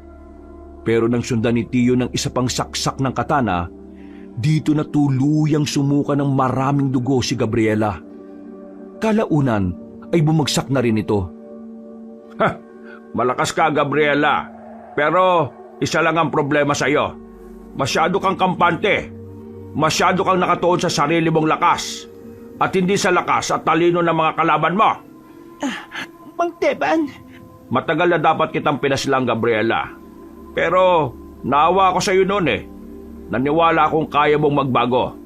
Naniwala akong kaya mong tumahak ng landas na malayo sa mga kinamulatan mo. Pero ngayon, itatama ko ng pagkakamaling nagawa ko. wag mo akong... Makakapagpahinga ka na rin. At pinapangako ko, ito na ang huling sandali na may makikitang aswang. Tuluyan ang nalagutan ng hininga si Gabriela nang itarak ulit ni Tio ang katana. Noong mga sandaling yon ay lumuwag na rin ang paghinga namin. Kahit masakit sa katawan, ay sinubukan pa rin namin makatayo para lapitan si Tio. Nag-akbayan na lamang kami at naglakad patungo sa kinaroroonan ni Badang. Bago kami umalis, sinalaban namin ng apoy ang buong lugar. Hindi pa rin ako makapaniwala noon, Kabanong. Nagawa naming talunin ng mga aswang kahit na 4 na tao lang kami. Pero dahil doon, napatunayan ko na mas malakas pa rin talaga ang mga tao kaysa sa mga nilalang na yon. Hanggang sa makauwi na kami sa amin, manghang-mangha pa rin ako sa mga nangyari. Masaya ako kasi kahit papano, nakasama ako sa pagkamit ng hustisya para sa lahat ng biniktima ng mga aswang. Makalipas ang ilang araw, Kumusta na pala yung binuo mong grupo, Badang? nahirapan kami makahanap ng mga bagong miyembro. Mula kasi nang mawala ang konseho, parang nabawasan ang tiwala ng mga tao sa mga manunugis. Pero hindi naman kami nawawalan ng pag-asa eh. Ipagpapatuloy pa rin namin ni Wilberto ang nasimulan. Idol, pwede bang ikaw ang maging tagapayo namin kapag nakabuo na kami ulit? Oo naman, pwede. Basta kontra sa mga aswang maaasahan niyo ako. Ikaw, Erwin, ano nang balak mo? Babalik na muna siguro ako sa amin. Magpapaalam ako. At kapag pinayagan ako, sasama ako sa inyo. Ayos! Cheers ulit! Bumuo ng bagong samahan si Badang at Wilberto. Sa kabutihang palad, pinayagan ako ng mga magulang ko na manatili sa poder ni Tio Teban. At dahil doon, nakasama na rin nila ako sa pagpapatibay ng bagong samahan ng mga manunugis. Marami man ang nalaga sa mga kasamahan nila.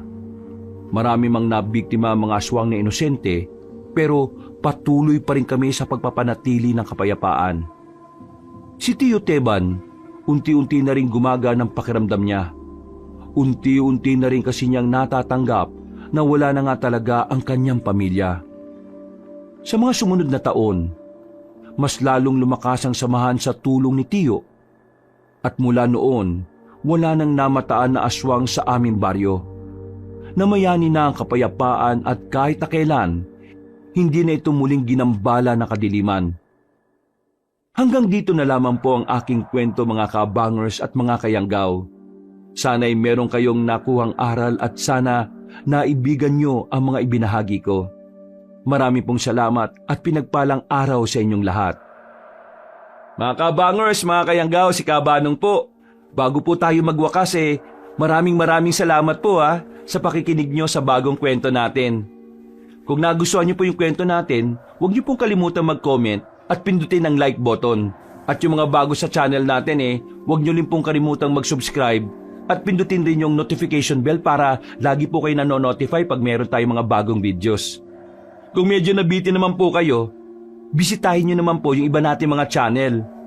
Yung Pamela Clamil. Nagnanarit po ako doon bilang si Lolo Pael at ako rin bilang Kabanong.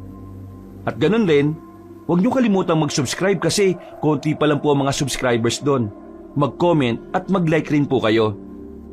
At ito maganda, meron po tayong bagong channel, ang Kabanong version 2.0, kung saan meron na po kayo mapapanood na mga moving images.